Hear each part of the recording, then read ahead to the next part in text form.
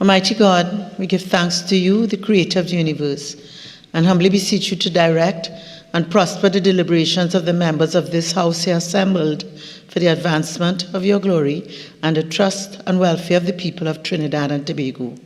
Grant that peace and happiness, truth and justice may be established among us for all generations. Amen, amen, namaste.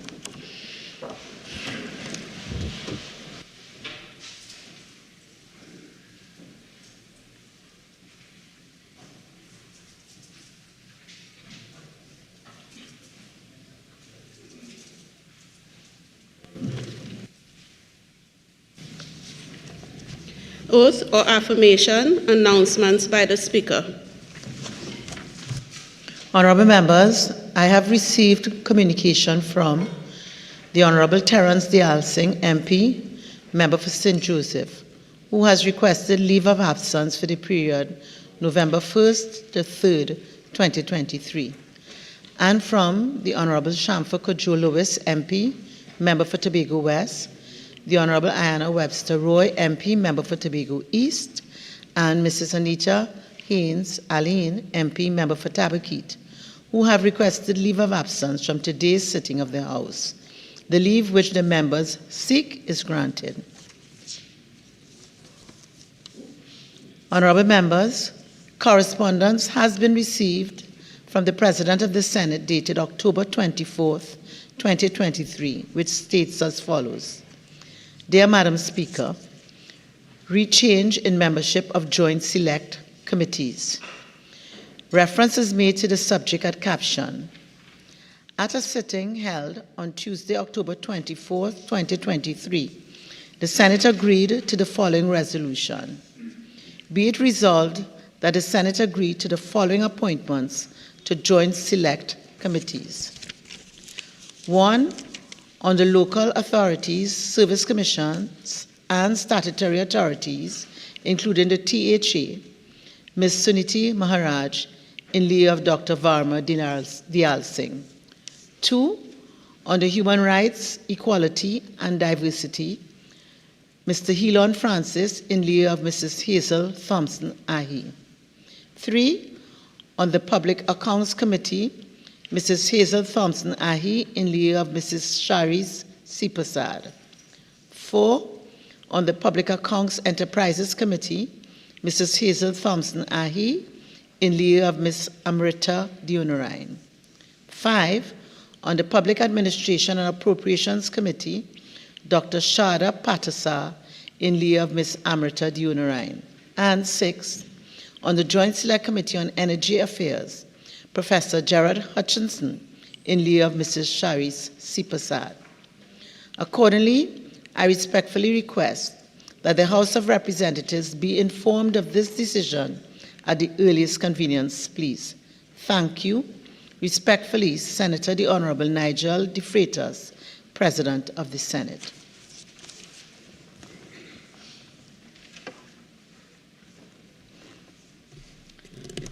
Appointments of select committees.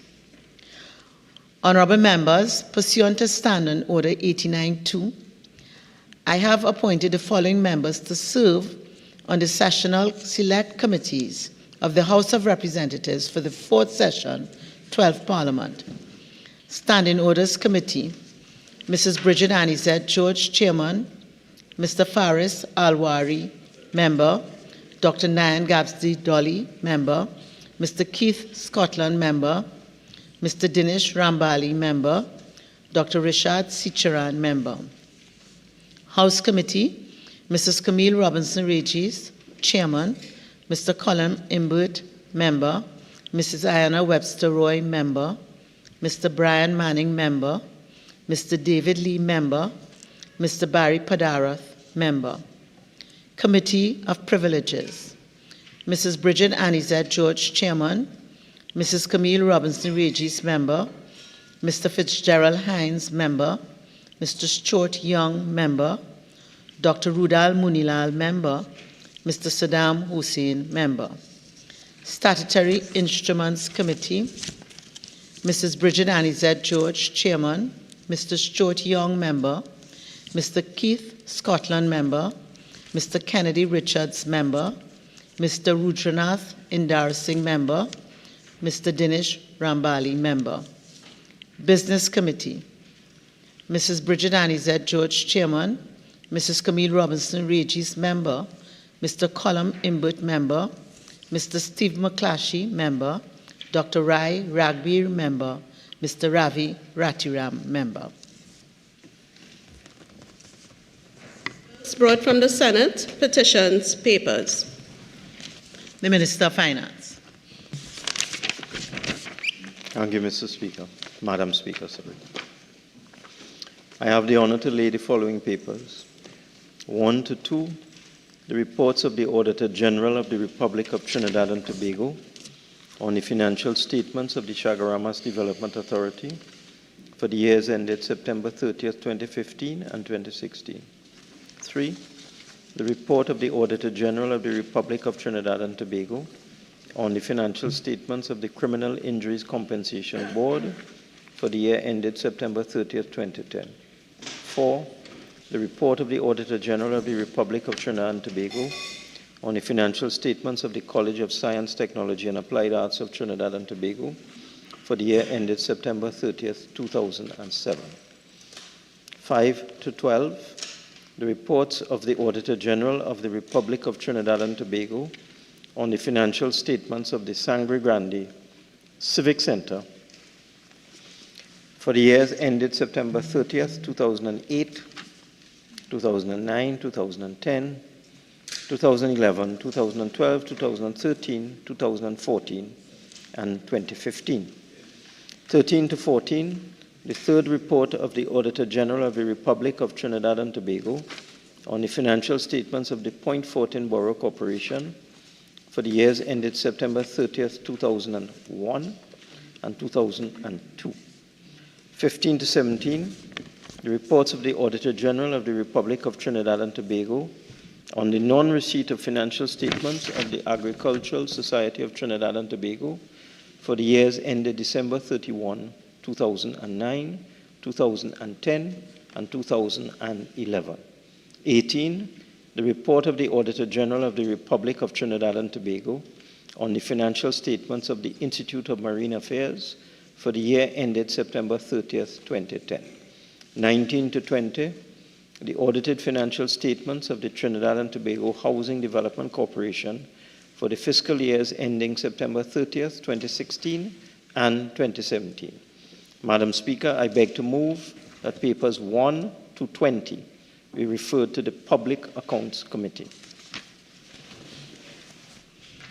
Honorable members, the question is that papers 1 to 20 be referred to the Public Accounts Committee. All in favor say aye. Any against? The ayes have it. The Deputy Speaker. Thank you, Madam Speaker. Madam Speaker, I have the honor to lay paper number 22, the annual report of the Police Service Commission for the period January 1st, 2022 to December 31st, 2022. Thank you, Madam Speaker. The Minister of Public Administration.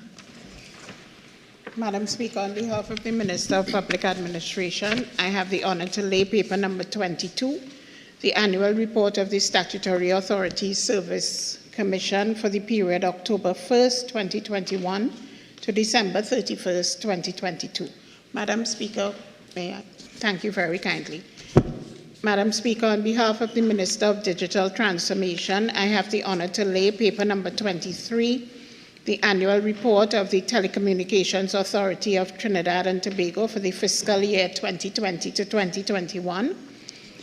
Madam Speaker, I have the honor to lay the following papers, papers 24 and 25, the administrative reports of the Ministry of Housing and Urban Development for fiscal years 2017 to 2018 and 2018 to 2019.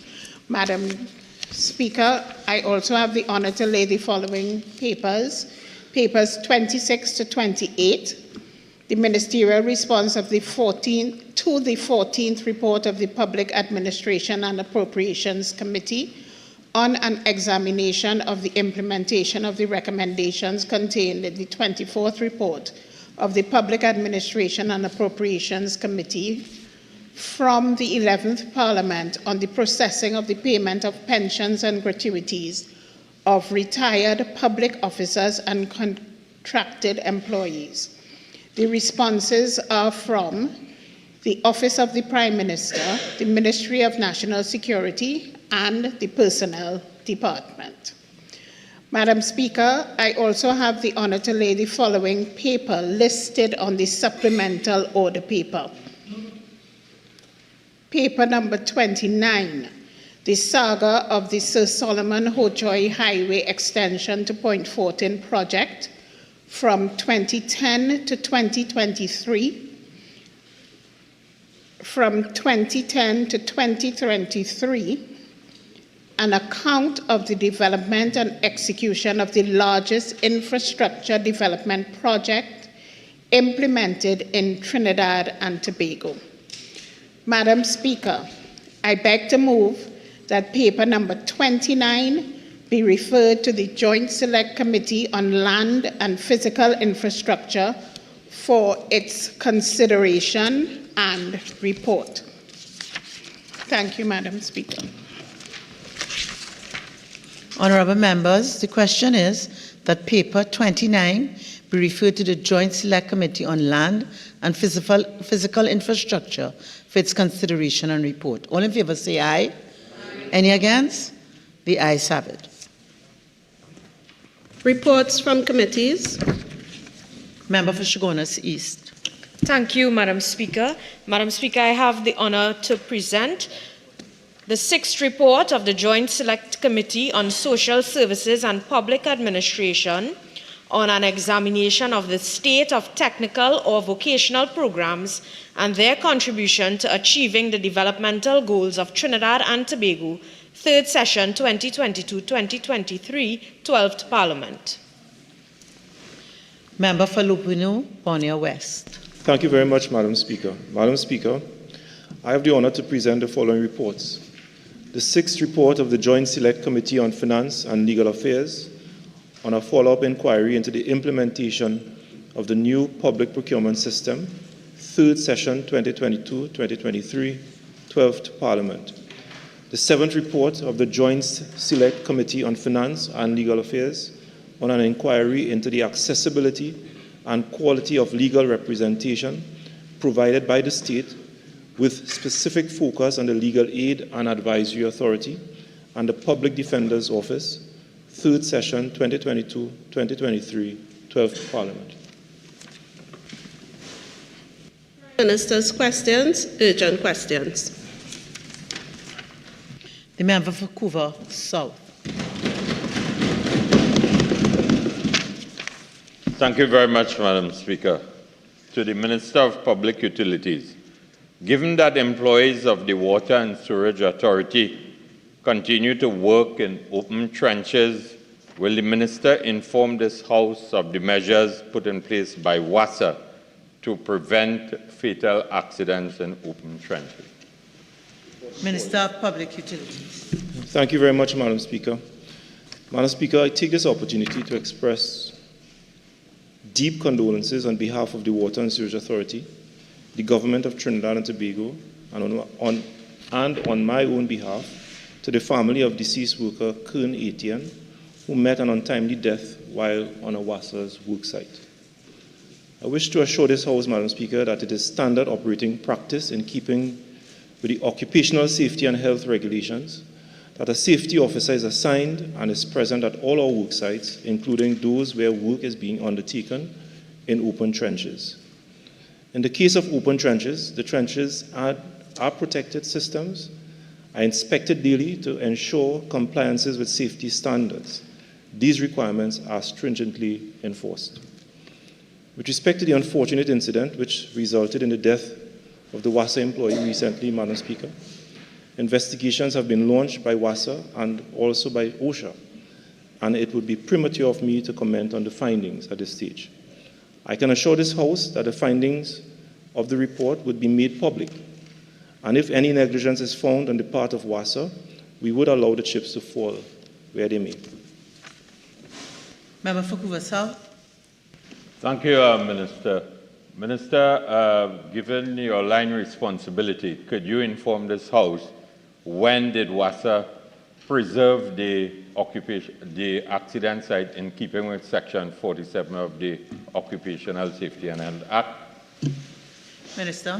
Madam Speaker, I'm advised by the management and the board of WASA that as soon as this incident occurred, WASA triggered its safety protocols, including its responsibility under the OSHA Act, and I'm satisfied that this has been complied with. Member Fukuwa South. Minister, could you confirm or deny whether the accident site was covered up by employees of the Water and Sewerage Authority shortly after the accident, based on the pronouncement of the President General of the National Union of Government and Federated Workers, James Lambert? Minister.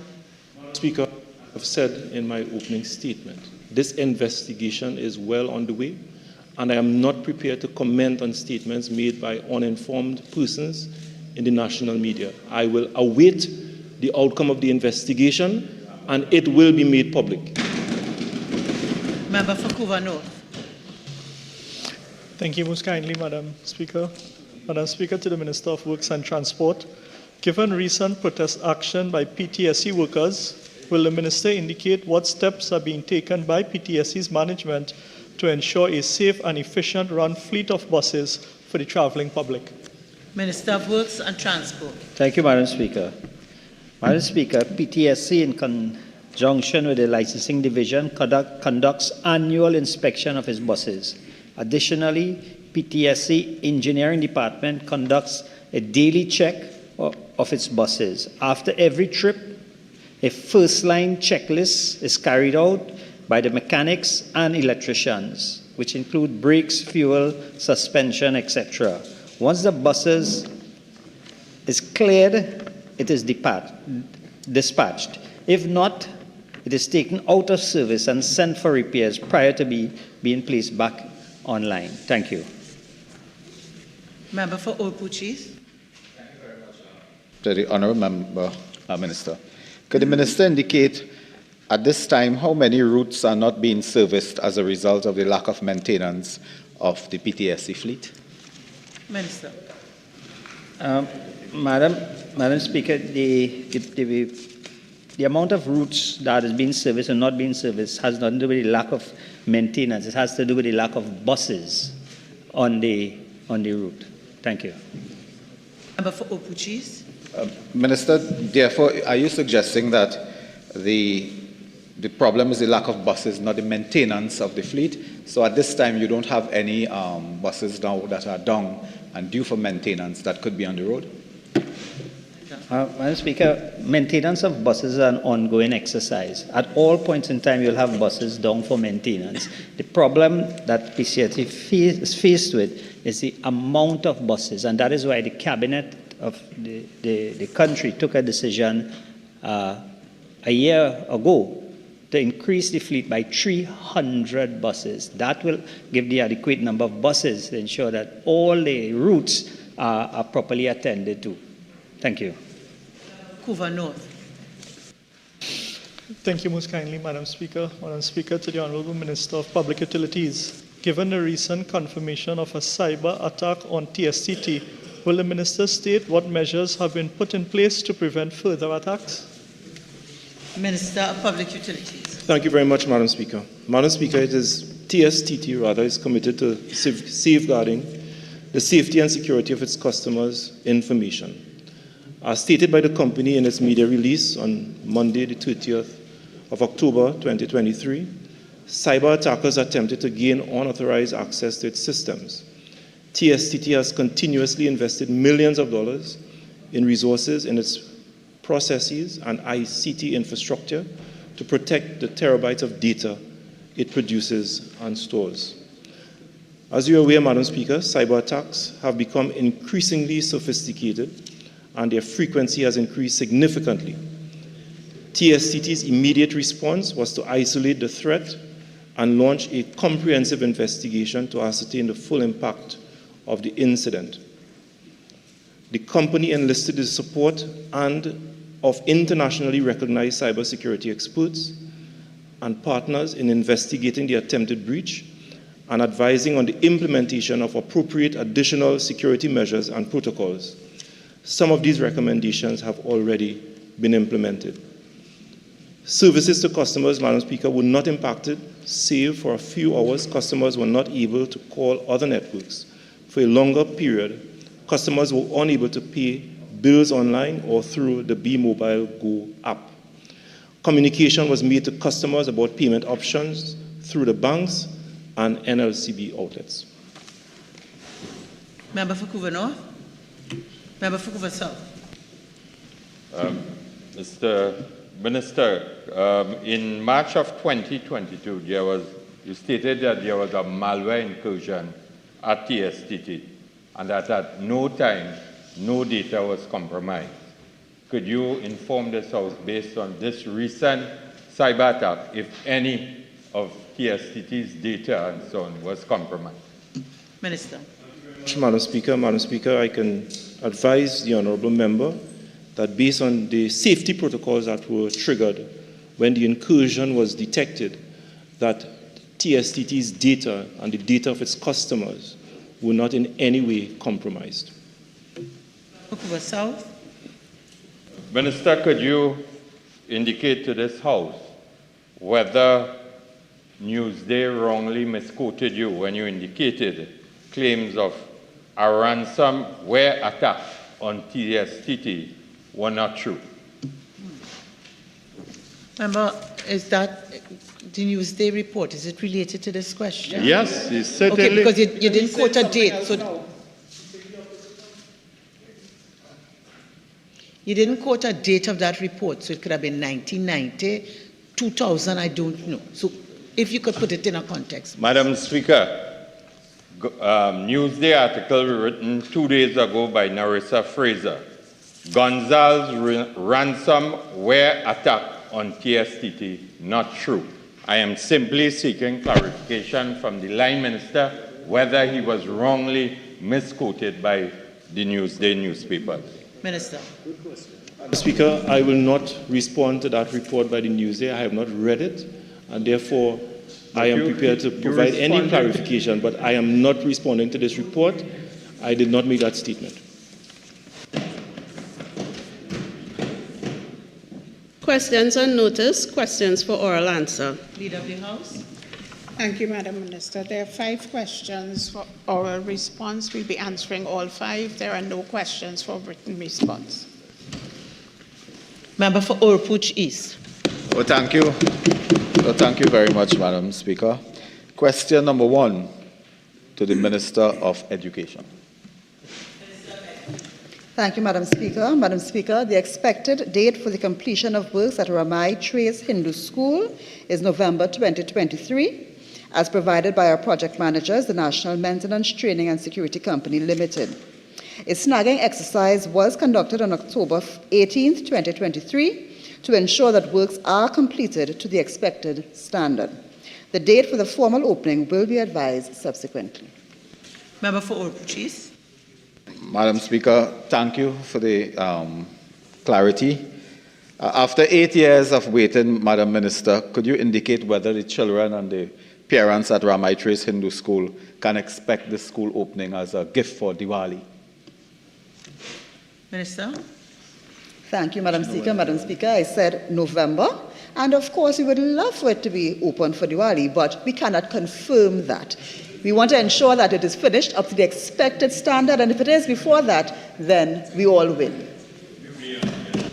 Member for Oropouche East. Oh, yes. Thank you, Madam Speaker. To the Minister of Education, question number 2. Madam Speaker, the University of the West Indies has proposed the repurposing of the Debe Penal campus to establish a global school of medicine, an offshore medical school within the Faculty of Medical Sciences, University of the West Indies, St. Augustine campus, located at the UWI South campus. The The UA's proposal involves the university raising financing for the project via a public bond of $335 million and financing from the government for recurrent expenditure until the proposed offshore medical school becomes profitable and generates positive cash flow. We are awaiting further details from UE St. Augustine on what is required from the government for the $335 million bond financing and whether this bond has received all of the requisite internal approvals within the UE system. Member for Oruchis. Thank you very much. Madam Minister, thank you for the response. Could you indicate whether or not there's a time frame for the implementation of this strategic proposal for an offshore medical school at the Debe campus? In terms of a time frame, once we have completed our discussions with UE and we are sure that everything is above board and the way it's supposed to be, then we will proceed. So I don't want to tie it to a time frame at this time because the discussions are not advanced to that stage just yet. Member for Oruchis. Thank you. Minister of Education, could you indicate whether or not the ministry is in possession of any report that deals with the incurring of new cost at that campus due to the campus being abandoned for the last 8 years or so, a cost of reconstruction, outfitting, retrofitting, and so on? Member, I rule that out of order having regard to the initial question and the responses thus far. Member for Couva South. Thank you, Madam Speaker. Question number 5 to the Minister of Finance. Minister of Finance. Thank you very much, Madam Speaker. Madam Speaker, given the honourable member's former position as Minister in the Ministry of Finance in the 2010 to 2015 period, the member would be aware that in July of 2003, the Cabinet made a decision that Caroni 1975 Limited would be a non-trading company or an inactive company. Member for Couva South. Madam Speaker, in the context of the Industrial Relations Offence number 9 of 2003, which is registered between the All Trinidad Sugar and General Workers Trade Union and Caroni 1975 Limited as it relates to entitlements for the former workers of Caroni 1975 Limited. I'm simply asking the Minister to indicate whether there has been a formal decision to dissolve the operations of what is left of Caroni 1975 Limited. Minister of Finance. Madam Speaker, the precise wording of the question is, for the record, because members opposite have a tendency to misquote, the question posed was whether a decision has been taken by the Board of Directors of Caroni 1975 Limited to formally wind up its operations. I've just been asked about whether a decision was taken to dissolve the company. I can deal with this question if the member would recite it properly. Couva South. Madam Speaker, this is not a question of semantics. This is a question. Member, if it's a supplemental question, you're not allowed statements. Okay, you have exactly 2 seconds, 15 seconds to ask questions. If you have a supplemental, go ahead. Given the entitlements that are due to former workers of Caroni 1975 Limited as it relates to agricultural and housing lots, could the Minister indicate whether the government has taken a formal decision to dissolve the operations of Caroni 1975 Limited? Member, I have to rule that question out of order having regard to the first question and the response, the supplemental and the response. Member for Couva South. Thank you very much, Madam Speaker. Question number 6 to the Minister of Agriculture, Land and Fisheries. Minister of Agriculture, Land and Fisheries. Thank you, Madam Speaker. Madam Speaker, this government continues to distribute leases to former workers of Caroni 1975 Limited. It is to be noted that the distribution of leases fall under the ambit of the following agencies. Caroni 1975 Limited, responsible for the distribution of all residential deeds. The Estate Management and Business Development Company Limited, EMBD, responsible for the distribution of all 2-acre agricultural leases in 7 agricultural estates, namely Caroni, Edinburgh, Felicity, Jerningham Junction, La Fortune, Picton, and La Gloria, and the Commissioner of State Land, responsible for the distribution of 2-acre agricultural leases in 10 agricultural estates: Exchange 1, Exchange 2, Waterloo 1, 2, Montserrat 1 and 2, Cedar Hill, Reform, Orange Grove, and Pitimoon. To date, Madam Speaker, a total of 11,151 residential deeds and agricultural leases have been distributed as follows: 4,778 residential leases by Caroni 1975 Limited, 2,767 agricultural leases by the EMBD, 3,597 agricultural leases by the Commissioner of State Land. Madam Speaker, I also wish to provide an update to this Honourable House on the number of outstanding residential deeds and agricultural leases as at September 30th, 2023.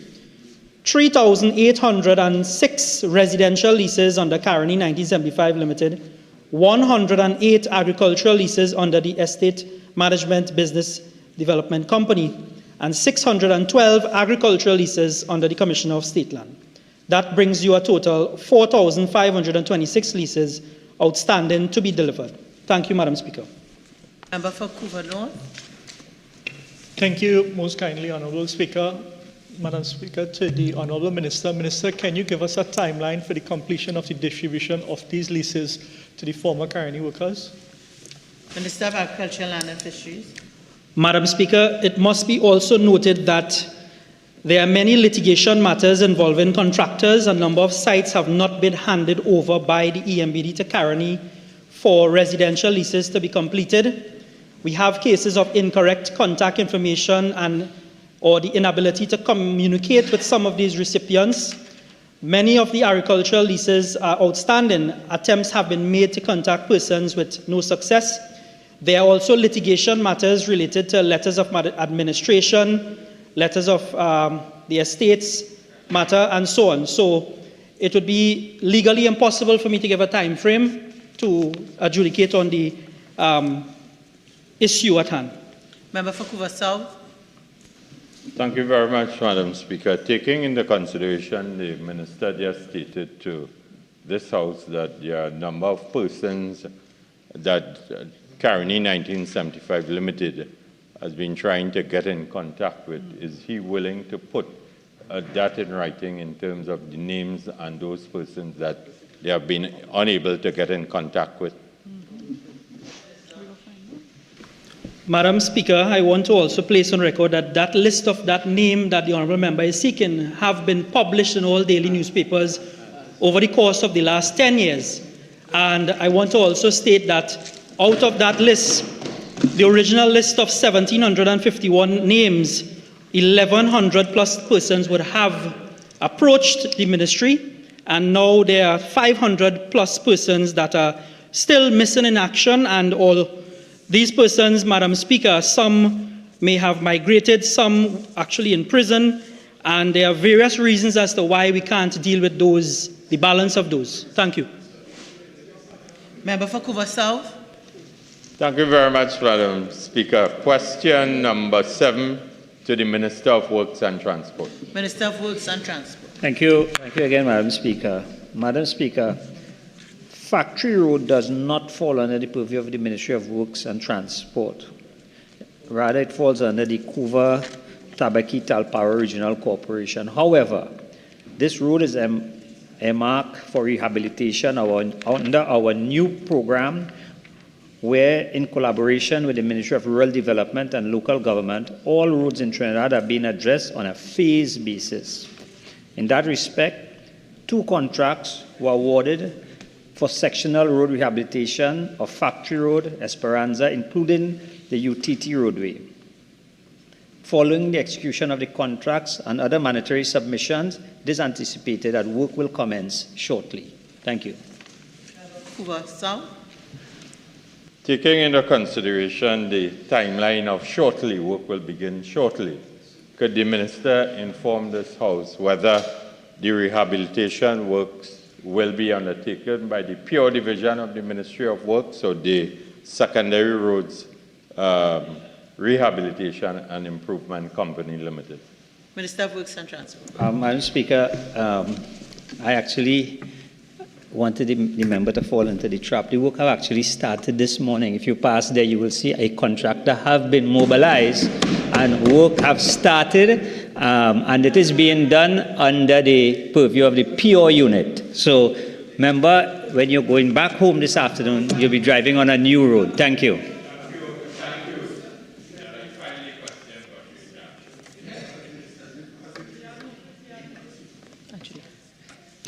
Request for leave to move the adjournment of the House on definite matters of urgent public importance. Statements by ministers. Leader of the House. Thank you, Madam Speaker. Madam Speaker, I seek your leave in accordance with Standing Order 122.1 to move a motion for the suspension of Standing Order 24.3, which provides the time limit for statements by ministers. Honourable members, leave is granted. Leader of the House. Oh gosh, would you all ever know your standing orders? Learn your standing orders now. Madam Speaker. Madam Speaker, I beg to move that Standing Order 24.3 be suspended to permit the Prime Minister to speak until the conclusion of his statement. Honourable members, the question is that this House suspend Standing Order 24.3 in order to permit the Prime Minister to speak until the conclusion of his statement. All in favour say aye. Aye. Any against? No. I think the ayes have it.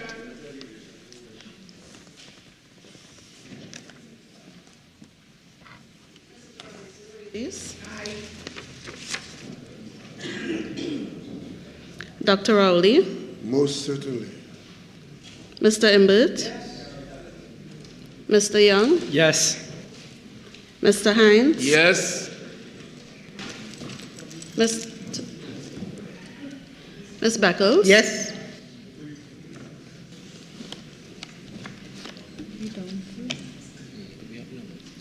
Dr. Gadsby Dolly. Yes. Mr. Gonzalez. Yes. Mr. McClatchy. Yes. Mr. Cummings. Yes. Mr. Ford. Yes. Mr. De Nabrega. Aye. Mr. Leons. Yes. Mr. Manning. Mrs. Morris Julian. Yes. Mrs. Scotland. Aye. Mr. Richards. Mr. Monroe. Yes. Dr. Lee.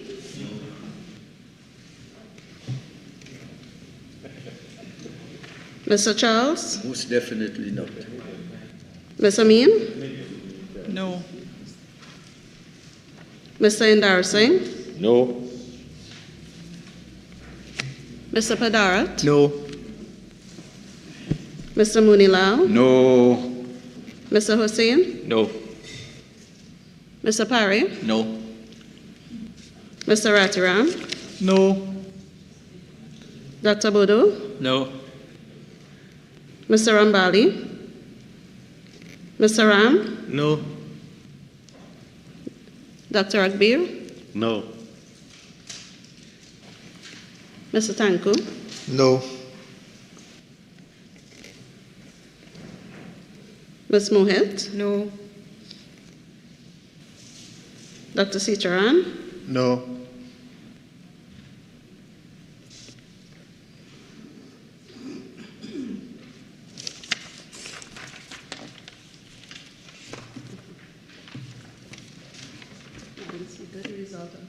decision is as follows.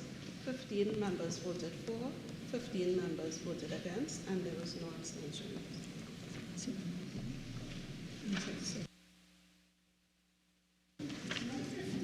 Sorry, 17 members voted for, 15 members voted against, and there was no abstention.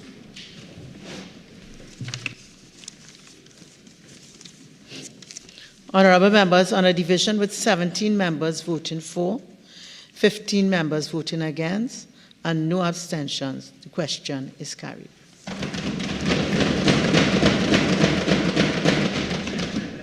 Prime Minister.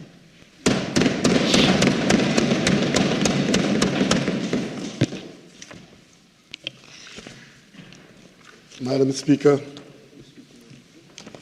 I have been authorized by Cabinet to make the following statement. Madam Speaker, the National Multi-Lane International Standard High Network dates back to the 60s and the post-independence era in Beetham, Port of Spain. This major ambitious infrastructure development was undertaken in stages and in phases over the various decades. In all instances, Madam Speaker, these major projects have been advanced through the expenditure of substantial sums of money and usually included a not insignificant portion of many annual development budgets. The process for the construction of this highway, Madam Speaker, from San Fernando to Point Fortin was initiated by a previous PNM government, the Manning administration of 2007 to 2010. The North-South Highway artery had reached Golconda by 2010. The next leg was to be onwards from there to Point Fortin. Finally, Point Fortin was going to get its highway, its modern-day connection to San Fernando. Madam Speaker, the Point Fortin highway exercise was initiated through the process of invitation of tenders in early 2010. However, although tenders were received in April 2010, the contract was not awarded by the PNM prior to the May 24th general election, since the bids received were significantly higher than the engineer's estimate of $3.6 billion. A proper review and revision was called for and was anticipated. Madam Speaker, this did not happen. On March 4th, 2011, the UNC government, through NIDCO, awarded a design-build contract to a Brazilian firm, Construtora OS, simply called OS, for the lump sum of approximately $5.2 billion. This was $1.6 billion more than the original engineer's estimate. Madam Speaker, a few weeks after the UNC came into office and met this project on the table for consideration of an award of a contract for continuation of construction, an interested group of known high-level Brazilian executives of OAS flew by Dassault private jet from Rio de Janeiro to Durban in South Africa in pursuit of the said contract. Those executives then traveled by car to Johannesburg for the singular purpose, Madam Speaker, of meeting a member of the Cabinet of Trinidad and Tobago, a minister responsible for and involved in the decision of this project. Madam Speaker, this secret meeting between the UNC minister responsible for the project and the OS took place at the Michelangelo Towers in Johannesburg during the FIFA World Cup in South Africa. No member of the UNC government has ever acknowledged that this meeting took place, nor has any one of them ever attempted to explain what was the purpose and outcome of this transatlantic secret meeting on the eve of an award of this multi-billion-dollar contract, which was hurriedly wrapped up here in Trinidad and Tobago after the World Cup. Madam Speaker, this contract was governed by the FIDIC Yellow Book. One of the major benefits of utilizing FIDIC.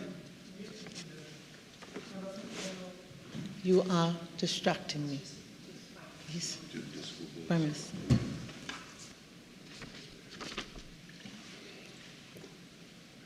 Madam Speaker, this contract was governed by the FIDIC Yellow Book. One of the major benefits of utilizing FIDIC terms and conditions is that these terms and conditions are standard and internationally recognized. A party should only, with very good reason, amend the terms and conditions of FIDIC. Despite this, Madam Speaker, the former UNC government, upon initiating the contract, changed the standard and accepted advance payment terms from 10% to 20% of the contract sum. This upward amendment immediately resulted in OS receiving approximately 856 million Trinidad and Tobago dollars, as opposed to 428 million as an advance. Another major issue, Madam Speaker, at inception was that all payments made to OS for activities under the letter of intent, which totaled $236.4 million, should have been deducted from the advance payment. However, these sums were not deducted. So even before the construction began, Madam Speaker, before the ground was scratched, the former government provided OS with over $1 billion of taxpayer funds. Madam Speaker, this contract, the project, should have been completed in March 2015. It was a 4-year contract to provide a 4-lane divided highway with full grade separation and separated interchanges. It included 8 such interchanges as well as 8 river bridges. It was far from being completed, Madam Speaker, when the UNC demitted office in early September 2015. Work had come to a virtual halt, and unpaid local contractors were bawling and turning to the new government for help. Madam Speaker, the UNC government chose to pay OS and others via cash transfers from the Ministry of Finance up to 2014, putting a strain on the country's available cash.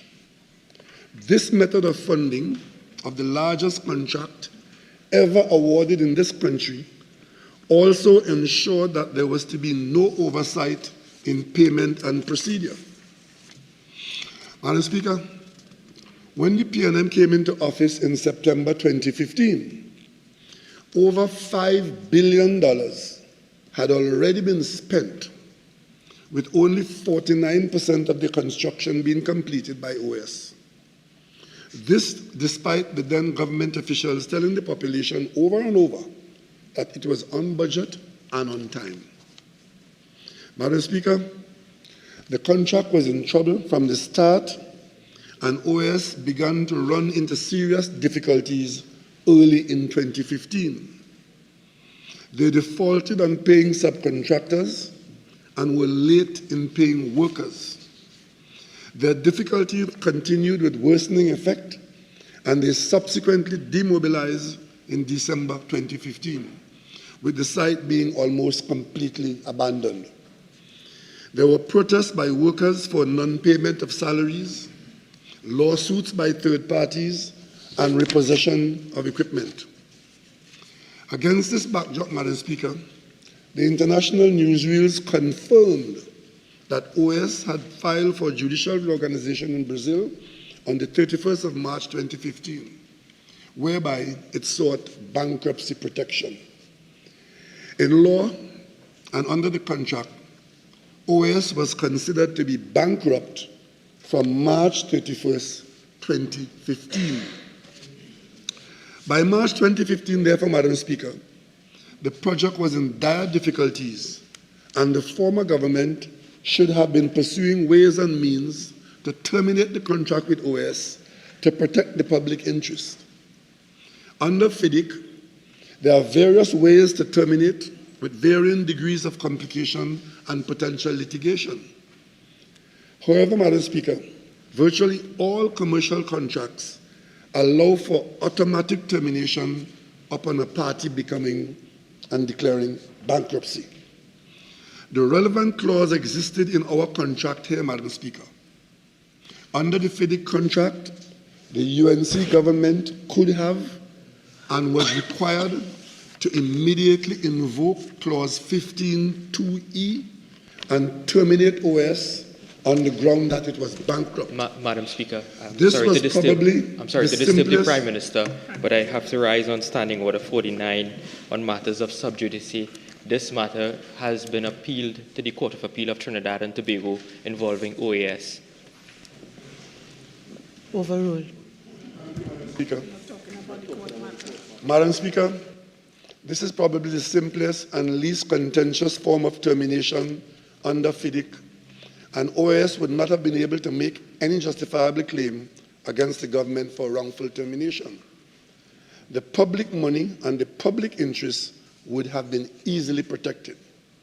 However, Madam Speaker, what was discovered upon review was that on September 4th, 2015, that being the last working day before the general election of September 7, 2015, the UNC government, rather than use this opportunity to terminate the contract in a clean, cost-effective, responsible, and non-contentious manner, secretly entered into a written agreement with OAS, whereby the government waived the ability to terminate the contract on the grounds of OAS bankruptcy.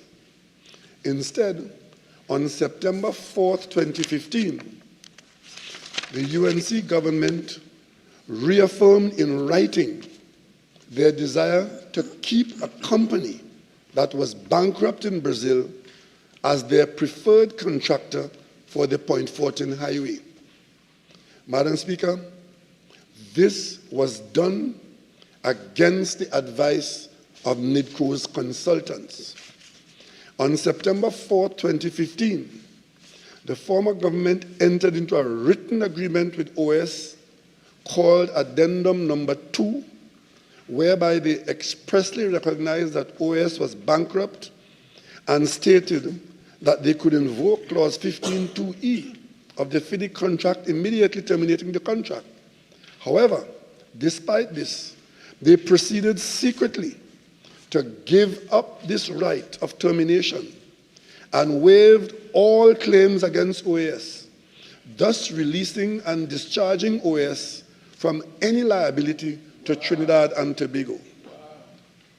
This curious action, Madam Speaker, paved the way for the government of Trinidad and Tobago to stand to lose over $900 million in bonds that secured the state's interests in the event of bankruptcy of the contractor. Madam Speaker, this action by the UNC government on the day before a general election was very questionable, and they have never explained their conduct. Not one of them has ever attempted to provide a plausible explanation as to why they were so generous and protective of a disgraced Brazilian contractor. Madam Speaker, additionally, they removed from OS's responsibility substantial sections of the highway with an intention to award the construction of these unbuilt parts of the highway to other contractors at an additional cost to the taxpayer. Madam Speaker, they removed 26% of the highway works, worth $1.5 billion from OAS contract, but surprisingly, still agreed to pay OAS the full $5 billion for the reduced scope of work that remained with OAS. Further, Madam Speaker, in a curious attempt at what they have described as something called value engineering, they also removed 4 interchanges and replaced them with roundabouts and reduced 4 lanes to 2 lanes on the Superior to Mondesir segment of the highway. So whilst the value of the product was being significantly reduced by the removal of interchanges and lanes, the costs were escalating. The estimated cost to complete the highway was in excess of $8 billion. By the time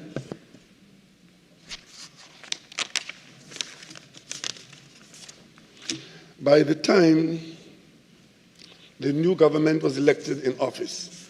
Madam Speaker, they also agreed to a new completion date of May 28, 2016, 1 year after the original completion date, with no known penalty applied. To summarize, Madam Speaker, on September 4, 2015, when OAS was in bankruptcy and was experiencing severe difficulty in meeting its obligations to local suppliers, subcontractors, and its workers, rather than terminate OAS, the former government agreed to allow OAS to continue with the contract for roughly the same sum that were originally contracted at is $5 billion. The UNC government went further, Madam Speaker, and burdened taxpayers with additional expenses of over $2 billion to pay new contractors to complete the portion of the highway excised from the OAS contract. Madam Speaker, against this background, the new PNM government in September 2015 moved to have OAS properly terminated, despite all that was done by the UNC, to jeopardize the ability of NIDCO to terminate OAS. NIDCO was eventually able to terminate OAS on July 6, 2016, 15 months after the bankruptcy protection clause was triggered. In the period leading up to this termination, OAS had effectively and openly abandoned the project. It was selling off equipment. It had informed NIDCO that it was scaling down its workforce. Workers were protesting for unpaid wages. Subcontractors were claiming hundreds of millions of dollars from OAS. Work was not taking place in any meaningful way. And OAS and NIDCO had substantial disagreements as to monies being owed, delays, and quality of work. Madam Speaker, NIDCO terminated OAS based on the advice of the engineer that OAS was unable to proceed with the works required by the contract. NIDCO immediately commenced drawing down the advance payment and performance securities in the total sum of $139,572,887 US dollars. That's US $139,572,000. It is irrefutable that had clause 15(2)(e not been removed, the termination of OAS would have been clean and simple on the basis that OAS was subject to judicial reorganization. The PNM government took action in courts in many parts of the world, including in the UK and in New York, to pursue the various bonds and letters of credit that had been taken out by OAS in favor of NIDCO to secure the taxpayers' interests. The government was able to successfully recover approximately $970 million via these bonds and letters of credit, and we utilized this money in the completion of the Point 14 highway. Madam Speaker, we fought for the return of public money. We won in the courts, and we built the highway. Madam Speaker, the indelible an undisputed question remains. What was the benefit to be gained by the people of Trinidad and Tobago by annulling a clause designed to protect us from bankruptcy or judicial management when dealing with a contractor which had gone bankrupt or under judicial management? The question remains, Madam Speaker, why? Why the secrecy, especially coming from people who, now from the opposition benches, want total openness and instant public accounting and public reporting on any and all events, sometimes even before they occur? The drawing down on the advance payment and performance securities was met with resistance by some of the institutions that had issued them and by OAS. NIDCO pursued these matters in courts in various jurisdictions abroad. NIDCO was successful by order of the courts, including the Supreme Court of England and Wales. The court even directed that the money recovered in the interim must only be used to carry on the project. Madam Speaker, unfortunately, along the way, there was a decision delivered by a tribunal of arbitrators in a London Court of International Arbitration, LCIA, an arbitration matter between OAS and NIDCO on April 16, 2002, that went against NIDCO. Fortunately, we did not give up, and NIDCO appealed the arbitration to our High Court, and on December 14, 2002, Justice C. Pasal upheld NIDCO's argument that the arbitration tribunal had got it wrong, and he set aside the award issued by the tribunal and remitted the matter back to the panel for reconsideration. In his judgment, Madam Speaker, the judge indicated that NIDCO had properly terminated the contract with OAS. It was our view that the public needs to know a number of things. One, by what process, advice, and documentation was it determined that the billion-dollar contract must be amended to grant $852 million waiver to OAS? Two, who authorized the amendment of the contract? Three, what was the specific purpose and benefit to be had, and by whom? Four, who actually carried out these instructions? Five, what was the role of the Ministry of Works and Transport and the board of NIDCO, the consultant and the management, in effecting the amendment and its consequent waiver? Madam Speaker, with these questions and more to be answered, it follows that the public, through its representatives in this House, must seek and obtain answers from all persons involved or associated with this scandal.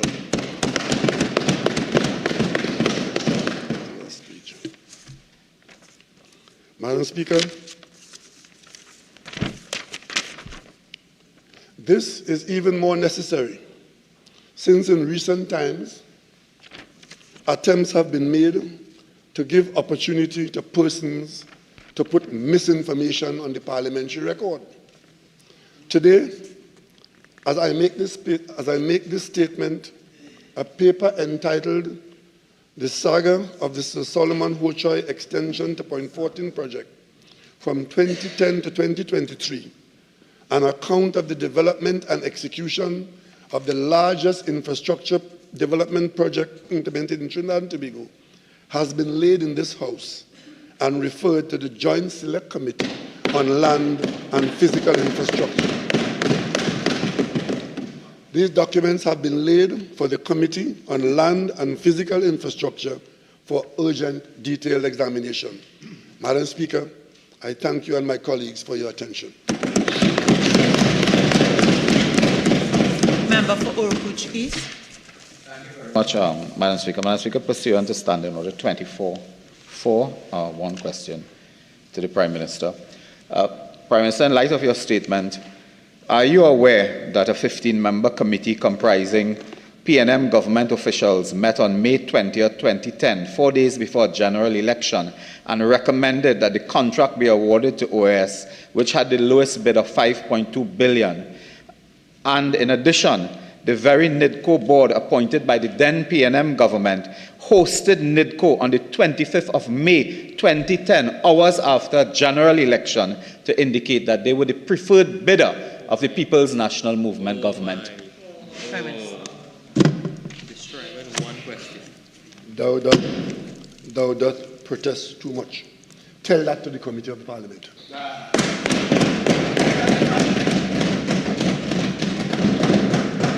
Personal explanations, introduction of bills, the Miscellaneous Provisions, Administration of Justice Bill 2023, in the name of the Attorney General. Motions relating to the business or sittings of the House and moved by Minister. Leader of the House. Thank you very much, Madam Speaker. Madam Speaker,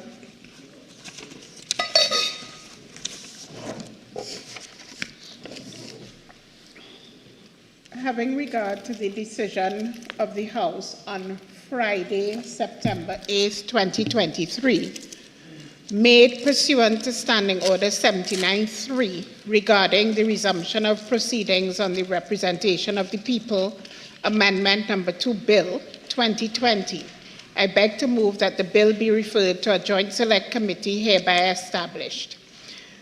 Be it resolved that this committee be mandated to adopt the work of the Joint Select Committee in the third session and report by March 29, 2024. And be it further resolved that, subject to the concurrence of the Senate on the establishment of the Joint Select Committee on the Representation of the People Amendment Number 2 Bill 2020, that this House appoint the following 6 members to sit with an equal number from the Senate on this committee: Mrs. Camille Robinson Regis, Chairman; Mr. Colum Imbert, Member; Mr. Fitzgerald Hines, Member; Mrs. Shamfa Kajol Lewis, Member; Mr. Davendranath Tanku, Member; Mr. Saddam Hussain, Member. Thank you, Madam Speaker. Honorable members, the question is that the Representation of People Amendment Number 2 Bill 2020 be referred to a joint select committee hereby established, that this committee be mandated to adopt the work of the joint select committee in the third session and report by March 29, 2024, and that subject to the concurrence of the Senate on the establishment of the Representation of People Amendment Number 2 Bill 2020, that this House appoint the following 6 members to sit with an equal number from the Senate on this committee: Mrs. Camille Robinson Regis, Chairman; Mr. Colum Imbert, Member; Mr. Fitzgerald Hines, Member; Mrs. Shamfa Kajol Lewis, Member; Mr. Davendranath Tanku, Member; Mr. Saddam Hussain, Member. All in favor say aye. Any against? The ayes have it. Public business, government business, bills, second reading. The Minister of National Security.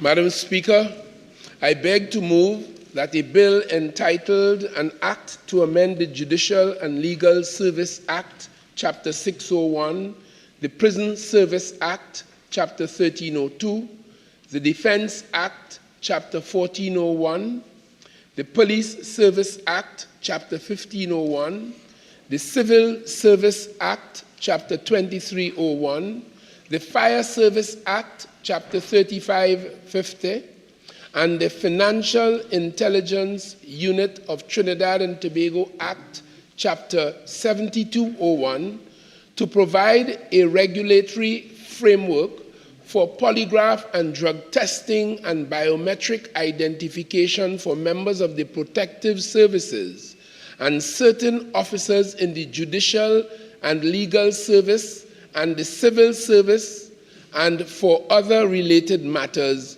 be now read a second time. Madam Speaker, I would like to begin with a quotation from a son of the Caribbean soil, a brother I enjoyed so much and still enjoy, Robert Nesta Marley.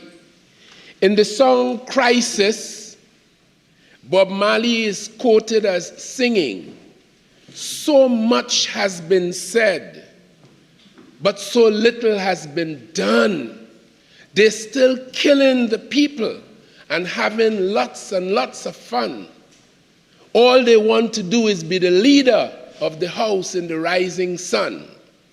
Madam Speaker, today, these measures are before our Parliament.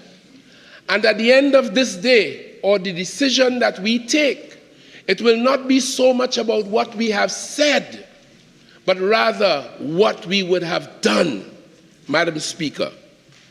Madam Speaker, I would like as well to quote, because one of the objections that may flow in these discussions would be the constitutional application or implications for the measures in front of us. And those matters I will deal with more thoroughly going forward. But I would like immediately, for the benefit of this House, to quote the words of Baroness Hale in a well-known matter to every parliamentarian by virtue of those offices. In the case of Surat versus the Attorney General, 2008, 1 Appeal Court 655, at page 655, when discussing the constitutionality of the proposed measures, Baroness Hale is quoted as saying, "It cannot be the case that every act of Parliament which impinges in any way upon the rights protected in sections 4 and 5 of the Constitution of the Republic of Trinidad and Tobago is for that reason alone unconstitutional. Legislation frequently affects rights such as freedom of thought and expression and the enjoyment of property. These are both qualified rights which may be limited either by general legislation or in the particular case, provided that the limitation pursues a legitimate aim and is proportionate to it. It is for Parliament in the first instance to strike the balance between individual rights and the general interest, unquote. Madam Speaker, I ran that quotation to remind this House that there are many pieces of legislation since the establishment of the very Constitution in which Section 4 and 5 are to be found. There are many pieces of legislation that infringed those pronounced constitutional rights. And the latest position I have just expressed by Baroness Hale is that there must be, for that reason, an understanding that it does not make it unconstitutional. Once you can demonstrate that it is for a legitimate aim and the measures that you bring are proportionate to achieving that legitimate aim. Madam Speaker, I'm pleased to present for the consideration of the honorable members of this House the Miscellaneous Provisions Testing and Identification Bill 2022, which seeks to bring the laws governing the protective services, the judicial and legal service, and certain departments in the civil service in line with the 21st century and in line with our current experiences and expectations, to alleviate the pain that we suffer, well known to all of us. The bill seeks to give the relevant heads of the various protective services and specific branches of the civil service a discretionary power to order that the current officers and those seeking to be employed be subjected to integrity testing, drug testing, and the collection of their biometric information. However, this discretionary power may only be exercised in specified circumstances, and that is designed so as to make sure that it is proportionate. Work towards this bill commenced as far back as in 2018, when in my then capacity as Minister in the Ministry of the Attorney General and Legal Affairs, I engaged the Law Reform Commission to consider the introduction of this integrity testing, drug testing, and other measures to ensure that members of the protective services from whence I came and certain other office holders in the civil service are held to the highest standard of integrity. The Commission conducted the necessary, admirably so, research and subsequently prepared a policy paper which guided the LRC, the Office of the Attorney General, and later the Cabinet. This policy paper was entitled Introducing a System of Lie Detector Tests, Drug Tests, and Biometric Identification within the Protective Services and certain departments in the public service, in which certain recommendations were put forward. The Commission also prepared the bill currently before the House, which seeks to implement the recommendations put forward in that policy paper. In Trinidad and Tobago, Madam Speaker, lie detector tests are not utilized in criminal investigations, as its use is limited to evaluating the suitability of applicants to the police service. This reform has become necessary because of the allegations that members of the protective services generally and officers of certain departments of the public service have been involved in criminal conduct and activity. This is imperative. It is imperative that a system of integrity testing be introduced to ensure that employees and prospective employees in those arms of the state possess a high standard of integrity which is expected of persons holding such offices.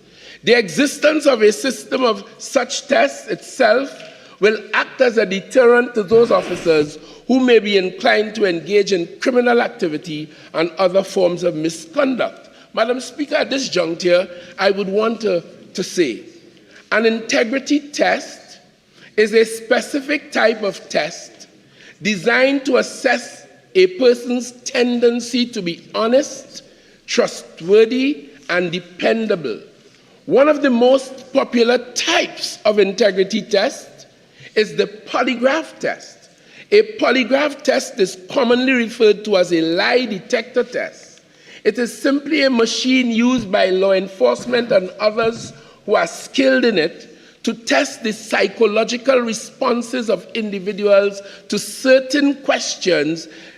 And despite the colloquial name, the polygraph test does not detect lies. Theoretically, polygraph is used under the assumption that most people do not lie or deceive without some feelings of nervousness and anxiousness. And this equipment measures that nervousness, measures that anxiousness. So what happens is that once that is detected, more potent questions are put to determine whether the person is speaking some truth or otherwise. The use of pre-employment integrity polygraph screening can significantly safeguard against dishonest activities by guiding employers and potential employers in the interview stage before they hire new people.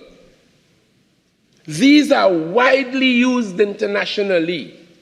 The FBI of the United States, every single member of the FBI, apart from the director, is so tested. The New York Police Department, NYPD, this is routine for them. A police officer could get up Saturday morning on his private business, get a call down to the precinct for a polygraph and other tests. This ensures that the position is offered as well to trustworthy individuals. There's also post-employment testing for people who may have been suspected of not telling the truth after an incident has occurred in the workplace. While there are units in the Ministry of National Security that requires polygraph testing, many services within the public and private sector does not require these. As such, there are many reports annually of breaches of integrity by persons employed in these organizations. A quick example. A couple of years ago in 2019, an elderly couple was murdered in Tobago. And it turned out from the investigations that her murderers were after a unit trust account that she had in the sum of $400,000. They murdered her and her husband in a very unfortunate event in Tobago, and my condolences reach out to the family members again. It should be critically noted that two of the accused, because they were eventually arrested and charged, two of the accused, one of Bucco in Tobago and the other one of Scarborough, were former employees in the Unit Trust Corporation. So they were the ones who may have, according to the police, shared that very vital information which led to the horrific circumstances as I have just described. Madam Speaker, only the Trinidad and Tobago Police Service makes provision for drug testing at the recruitment stage and randomly during employment. The laws governing the other arms of the protective services do not require members to undergo testing, neither as an entry requirement nor during employment. In several jurisdictions, as I indicated earlier, the UK, Australia, the US, and Canada, members of their police services, armed forces, customs, immigration departments are subject to drug testing prior to and during employment. In these jurisdictions, testing for cause and random testing are provided for in legislation governing the respective departments and can also be required after the occurrence of a critical incident which resulted in the death, injury, or damage to property, which is why we are here today, Madam Speaker. We are asking this Parliament to use its parliamentary privilege and authority and power to create the laws that are necessary so that we too in Trinidad and Tobago could enjoy the benefits of the protection of it like the countries that I have just named. Biometrics, not new to the world. When you enter the United States, you put your thumb in there or you look into that machine, it's about biometrics, and every one of us have subjected ourselves to that in very many occasions in our life in terms of the ease of doing our business and traveling hitherto and yon. Not new to the world. We want to introduce it for the protection of people of Trinidad and Tobago from today. Why? Which is why we are here. Biometrics allow for persons to be identified based on a set of recognizable and verifiable data which are unique and specific to them, such as fingerprints, vein patterns, eye patterns, facial signatures, and voice recognition. You know, many times somebody's trying to tell the police, I called X and he answered, or she called me, and the question the accused or suspect simply asks, how you could prove that?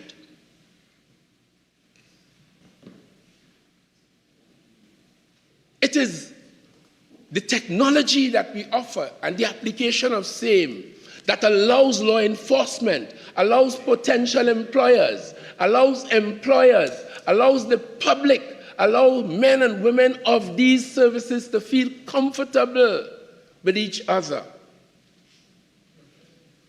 The introduction of a biometric identification system within the protective services and certain departments of the public service will assist investigations into alleged employee misconduct.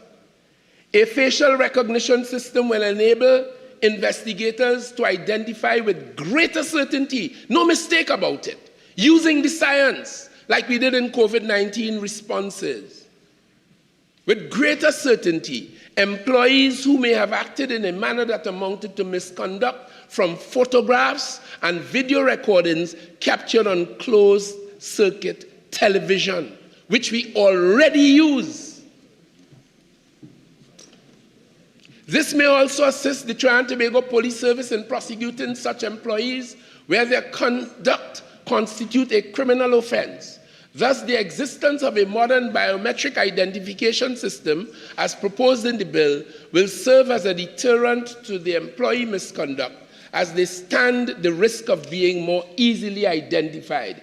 Therefore, biometric identification system is critical to promoting greater responsibility and accountability within the protective services and some arms of the public service. You would have seen videos, Madam Speaker. People cover their head and cover the nose and the mouth. All that is out there are their eyes.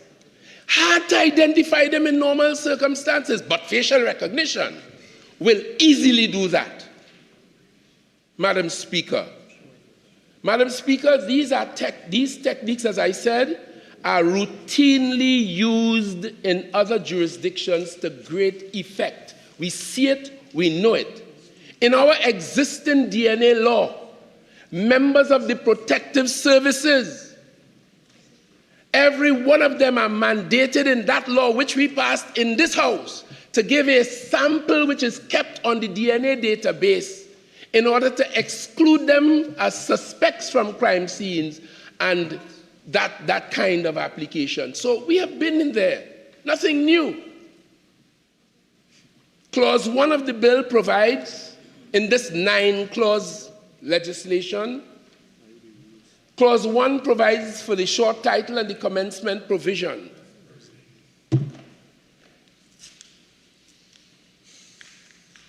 Clause 2 provides for the Act to be inconsistent with the Constitution. The measures proposed in Clauses 3 to 9 would involve subjecting members of the protective services and certain members of the public service to a number of intrusive processes or procedures. These include having electronic devices attached to their persons for the purpose of monitoring and recording psychological reactions during polygraph examinations. Many do this routinely as we speak because they use it on entry into the police service, though not the others, and they use it for specialist kinds of work, vetted sections, vetted persons, for specialist units in all of the services when that occasion arises. It is known to us. Secondly, it requires the persons to provide a bit of hair, urine, blood, as we take even for blood sugar tests, saliva samples, buccal swabs, and drug tests. Having their faces and their eyes scanned for biometric identification and unique identification data stored in a database. As I indicated earlier, we do that routinely when we want visa to go hither, thither, and yon. Preparing voice samples to be stored in a voice recognition database. And if you speak as well as some of my colleagues in this House, Madam Speaker, that should be a bonus rather than any other difficulty. These measures raise important constitutional issues and infringe on the following constitutional rights. Let me name them. The right to protection of the law under Section 4B, the right to private life under Section 4C, which provides for the right of the individual to respect for his private and family life, and the right to equal treatment under Section 4D, which provides for the right of the individual to equality of treatment from any public authority in the exercise of any functions. For me, Madam Speaker, once we are noble and purposeful as we come to you today, with honorable intention to protect the people of Trinidad and Tobago, Madam Speaker, against crime and criminality and terror. There is a reality of terrorist attacks every minute, everywhere, every day in this world, for those who follow that. And once we acknowledge that the fact that some public officials do commit and or support efforts to steal from us or to harm us, for me, this is easy. But we must scrupulously follow the law and follow the Constitution.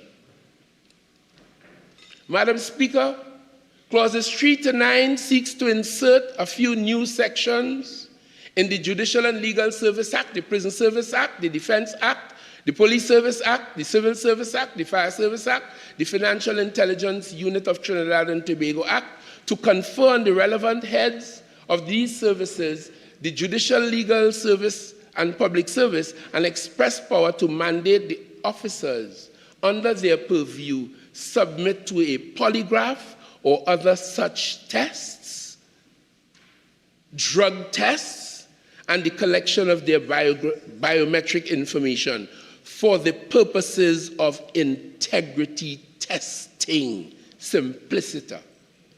Clause 3 amends the Judicial and Legal Service Act by inserting a new Section 11A, which provides that the various heads of departments, in this case the Comptroller of Customs and Excise, the Chief Immigration Officer, the Chairman of the Board of Inland Revenue, and the Registrar General, may order a law officer, meaning someone appointed by the Judicial and Legal Service Commission, to submit a polygraph or lie detecting test, a drug test, or a collection of their biometric information. A law officer in this instance relates to both permanent and contract lawyers employed by the state. Clause 4 amends the Prison Service Act, inserting a new subsection 29A to provide that the Commissioner of Prison may order an officer to submit to a polygraph or lie detecting test and a drug test.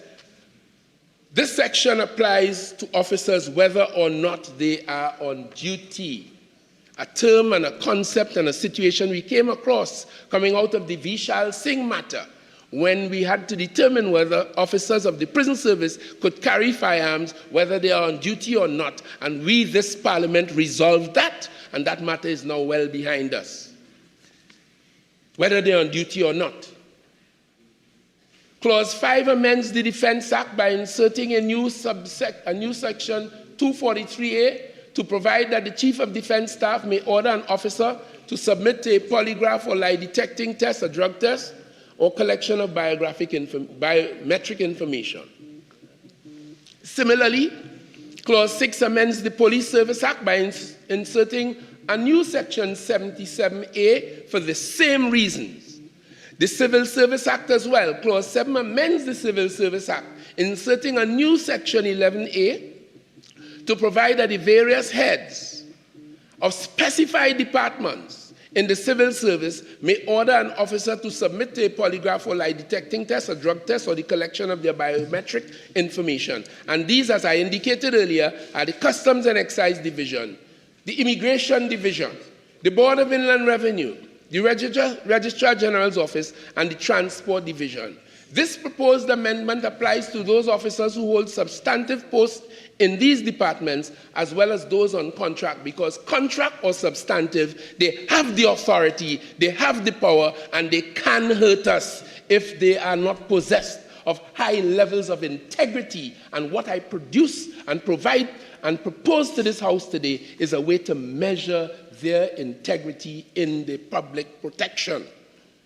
And this clause acknowledges that the threats that we face do not only come from the police service, as folklore now has it. Everything is police corruption. Yes, it exists. But I submit to this House, it comes from across the spectrum, everywhere. Madam Speaker, in the world, because human beings are possessed of the tendency to be lacking integrity. The Fire Service Act, Clause 8 amends the Fire Service Act with a new Section 15A. And of course, the Financial Intelligence Unit of Trinidad and Tobago Act, Clause 9, amends that act by inserting a new 7A, allowing the Director of the Financial Intelligence Unit to act in the way I've described throughout my last few moments. Madam Speaker, the measures would incorporate safeguards, and this is important for the Parliament to record. The measures would incorporate safeguards to protect the fundamental rights of the persons to ensure proportionality, which Baroness Hale flagged as critical, having identified that there is a legitimate purpose to protect the public from miscreants and lack of integrity, exposing us to murder, mayhem, loss of revenue, loss of money, and death. But we have measures here to ensure proportionality. One of those safeguards would be that the proposed measures would only apply to persons holding posts whose duties involve access to confidential, secret, or top secret information, or where there is a reasonable suspicion that the officer has committed an act of misconduct, a serious criminal offense, or was involved in a serious incident resulting in death or serious injury to a person. When these things happen, it raises alarm in the national community. People want answers. The investigators who are pursuing those answers are often limited because they cannot apply the best standards, the best practice, the best science that exists in the world. I come to you today, Parliament of the Republic of Trinidad and Tobago, to gain your acquiescence, to support the introduction of these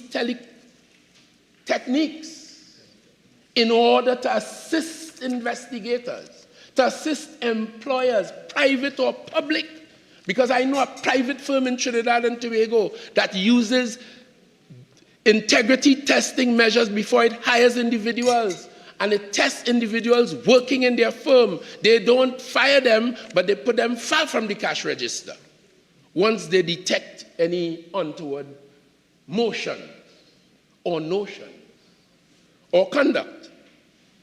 One of these safeguards would be that the proposed measures would only apply to persons holding posts whose duties involve, as I said earlier, confidential, secret, or top information.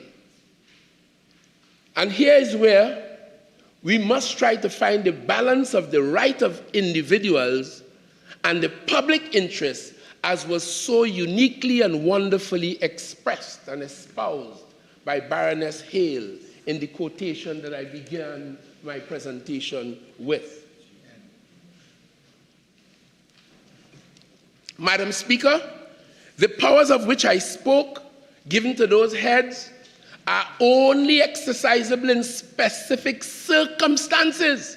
So it only affects certain groups of people, and then it must only apply as well in certain specific circumstances. Those are the proportionate measures that we offer this House to ensure that the concerns about constitutional rights are answered and met.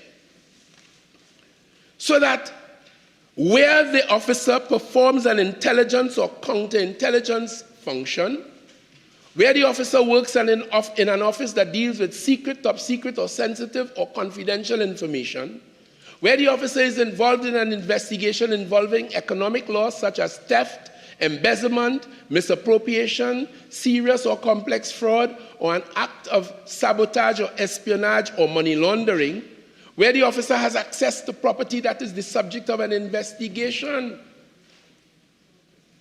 A firearm is an issue, and then the firearm go missing. We had a story years ago in this country where they say rats eat cocaine, all of these things, and we make folklore and laugh over it. This is why, as I quoted Bob Marley, so much has been said, but so little has been done. They're still killing the people, and they're having lots of laugh and fun. But this is an opportunity for us as a parliament to do. And I continue, where the officer was involved in a serious incident under investigation. We want to know who did it, why. Is he lying?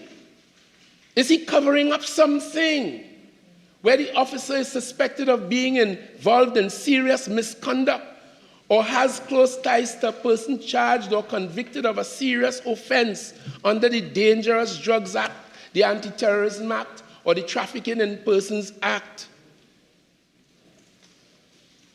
With respect to members of the protective services and certain other officers in the civil service, where a person is killed or injured as a result of a discharge of a firearm by the officer or the use of physical force by the officer or while in lawful detention or custody. Madam Speaker, the power to order the officer to be tested are only and is only exercisable in these limited circumstances.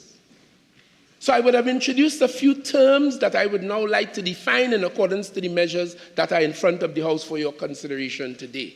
And these serve as further limitations. For example, confidential or sensitive information. This is information that could damage national security.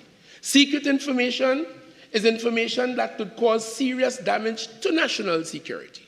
Serious criminal offense is an offense punishable with a term of imprisonment of 5 years or more.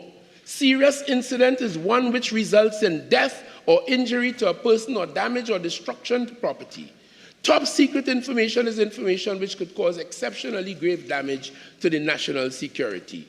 And the courts are very comfortable in sorting these concepts out, as it has done over many years since our independence and before. As information obtained from a polygraph test, drug test, or a person's biometric information is considered to be personal information, and as such it would fall within the ambit of the right to private life, there are further safeguards in the bill which are in place to protect the personal and sensitive information that is collected and stored under the proposed measures from security breaches or disclosure to third parties. In this regard, all amendments to the various acts are provided for amendments in their respective regulation provisions by inserting new paragraphs to provide for the President or the Minister, as the case may be, to make regulations concerning the conduct of the polygraph, lie detection and drug tests, and the collection of biometric information, both for persons applying for and holding various posts. The amendment also provides for regulations to govern the storage, maintenance, disclosure, and destruction of the results of the tests and information collected. These regulations would be subject to affirmative resolution. These regulations will be subject to affirmative resolution, another safeguard. And yet another safeguard, Madam Speaker, is that the results of the tests and the biometric information shall be treated as confidential and exempted from disclosure under the Freedom of Information Act, Chapter 2201. Constitutionality. In the Freitas, well, the proposed measures in this bill must be reasonably justifiable under Section 13 of the Constitution, and the bill must be enacted by a special majority, as I alluded to earlier. In the Freitas versus the Permanent Secretary of the Ministry of Agriculture, Fisheries, Lands and Housing and others, 1999, the test applied by the Privy Council for determining whether infringement of a statute was reasonably justifiable was whether, one, the legislative objective is sufficiently important to justify limiting the fundamental right. I submit on this occasion that it clearly is. Two, the measures designed to meet the legislative objective are rationally connected to it. I submit on this occasion that they are. And C, the means to impair the right or freedom is no more than is necessary to accomplish that limited objective. I submit that the measures I offer this House also satisfy that requirement in the Freitas. And therefore, the words of Baroness Hale, which I began my presentation with, cannot be underscored.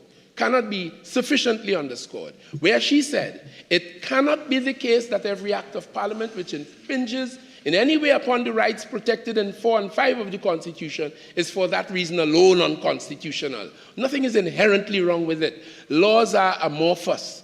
Laws evolve with social circumstances, changes, and needs. And clearly we have issues, so we have to react to them.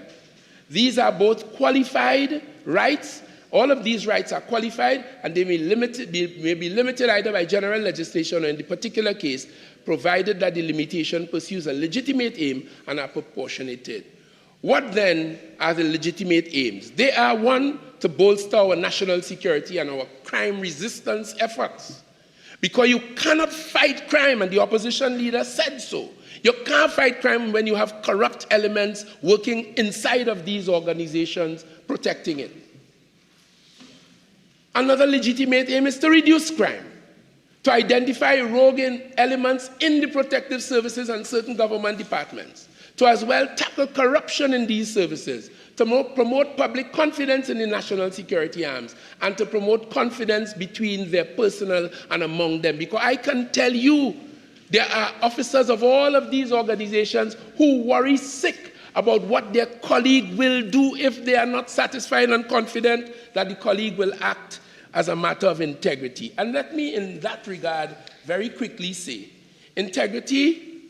individual integrity is critical, especially in crucial areas such as national security, judiciary, and criminal investigation, security screening, recruitment, and employee theft. Recently, we had a Defense Force young man, young soldier, now pass out, best recruit. He was involved in the Pennywise scandal. I don't want to go too much into it because the matter is before the court. But that is what we're talking about. You need to be able to test. In criminal investigations, for example, whether someone was instigating. If the teams, the police investigating teams, fail to uncover the truth, it may aid several genuine criminals in deceiving law enforcement system and avoiding punishment, while putting many innocent people at danger, continue to be at danger at their hands if you get them and you can't keep them. Crime suspects will face punishment if the evidence is not in their favor. Madam Speaker. Madam Speaker, the leader of the Prime Minister recently speaking is quoted as saying, "We have agreed to accept it, to create within our police service what we call vetted units. Vetted units meaning groups of special police to ensure that their integrity is intact. Because one of the problems that we have is that there are too many criminals in the police service. And I would like to add to that correct statement across the board in all of the services that I have proposed here for some amendments today. We have those. We have to get rid of them because they put our lives in danger. The ones that have integrity that you want and you keep. And the others, we have to find them and get them out. The leader of the opposition on April the 30th, 2010, is quoted as saying in the Guardian newspaper, having unveiled her crime plan as far back as then, to a public meeting of the UNC coalition at that time in the Kweze in Sanwo on a Wednesday night. She said crime was the most serious problem affecting Trinidad and Tobago. We will deal boldly and strongly with criminals. We will make no bones about that. We will not fraternize with criminals posing as community leaders. We will not do that. And if there are corrupt officers in the police force, we will weed them out. We cannot have corrupt officers enforcing the law. We will weed out and rule out rogue officers. They will only compromise the entire police service, Prasad Bisesa said. She said if the police service was compromised, it would be impossible to deal effectively with crime.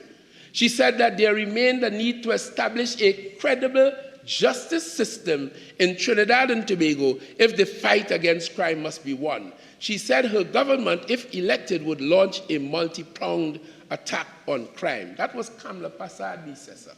On July the 31st, 2023, more recently, the opposition leader in the rubric in a UNC press conference said, the COP, the PCA, and the PSB must act against corrupt police officers, FET organizers, bars and club owners.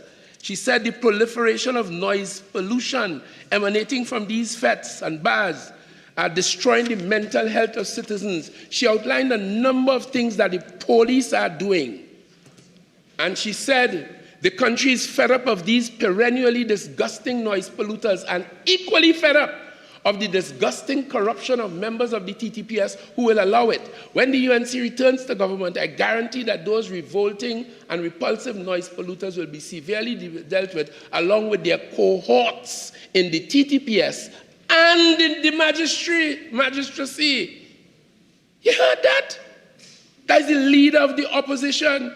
And she said she had information on corrupt TTPS officers and licensed applicants and told the people to contact your MPs, councillors, and make complaints to the PCA and the PSB. Madam Speaker, I say to you today, to this House, that it is these techniques that will allow the PSB and the PCA and the police to be able to identify corrupt officers as identified by her and deal with them. Madam Speaker, I make these measures and I offer them for consideration of my colleagues in this House. I thank you. And of course, I beg to move. Honourable members, I shall now propose the question for debate.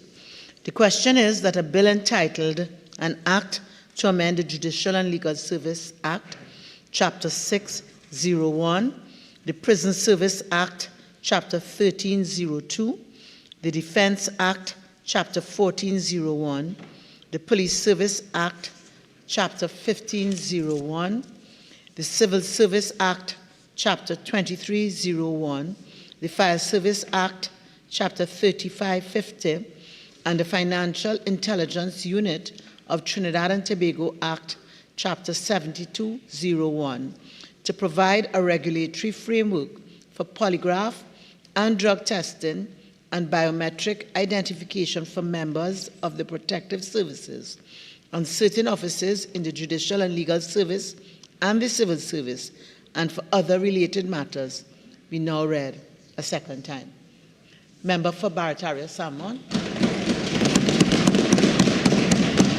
Thank you very much. Thank you very much, Madam Speaker, for recognizing me to join this very important debate on a matter involving areas of law enforcement and departments of the civil service.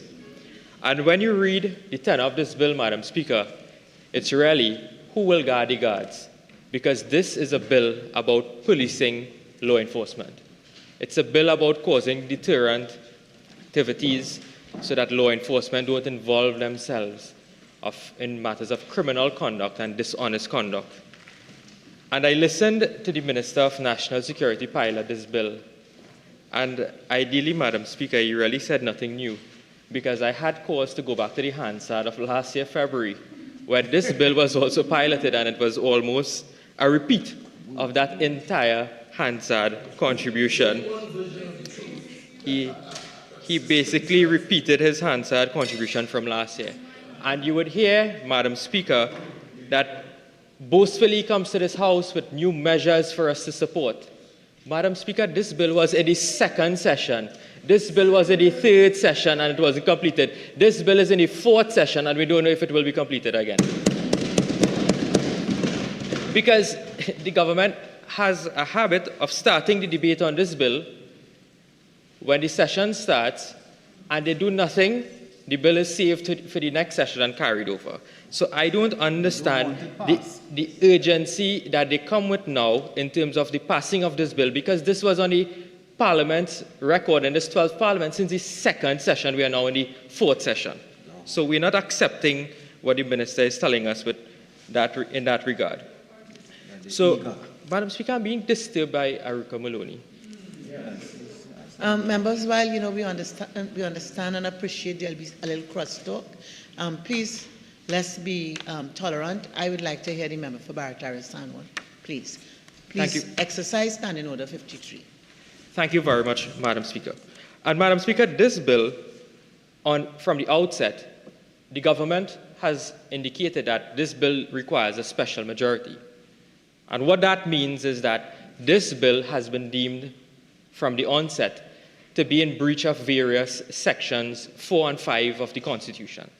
And the Minister outlined the various enshrine constitutional rights that this bill will touch and concern and be inconsistent with. The protection of the law right, the right to privacy, the constitutional right to equal treatment from a public authority, and I also want to include in this list, Madam Speaker, Section 5(2)(d), which is the right against self-incrimination.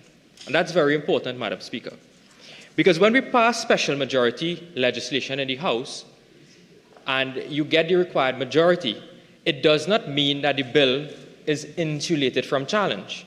When you read Section 13 of the Constitution, it says that even though an act is inconsistent with Section 4 and 5 of the Constitution, if any such act does so declare, it shall have effect accordingly, unless the act is shown not to be reasonably justifiable in a society that has a proper respect for the rights and freedoms of the individual.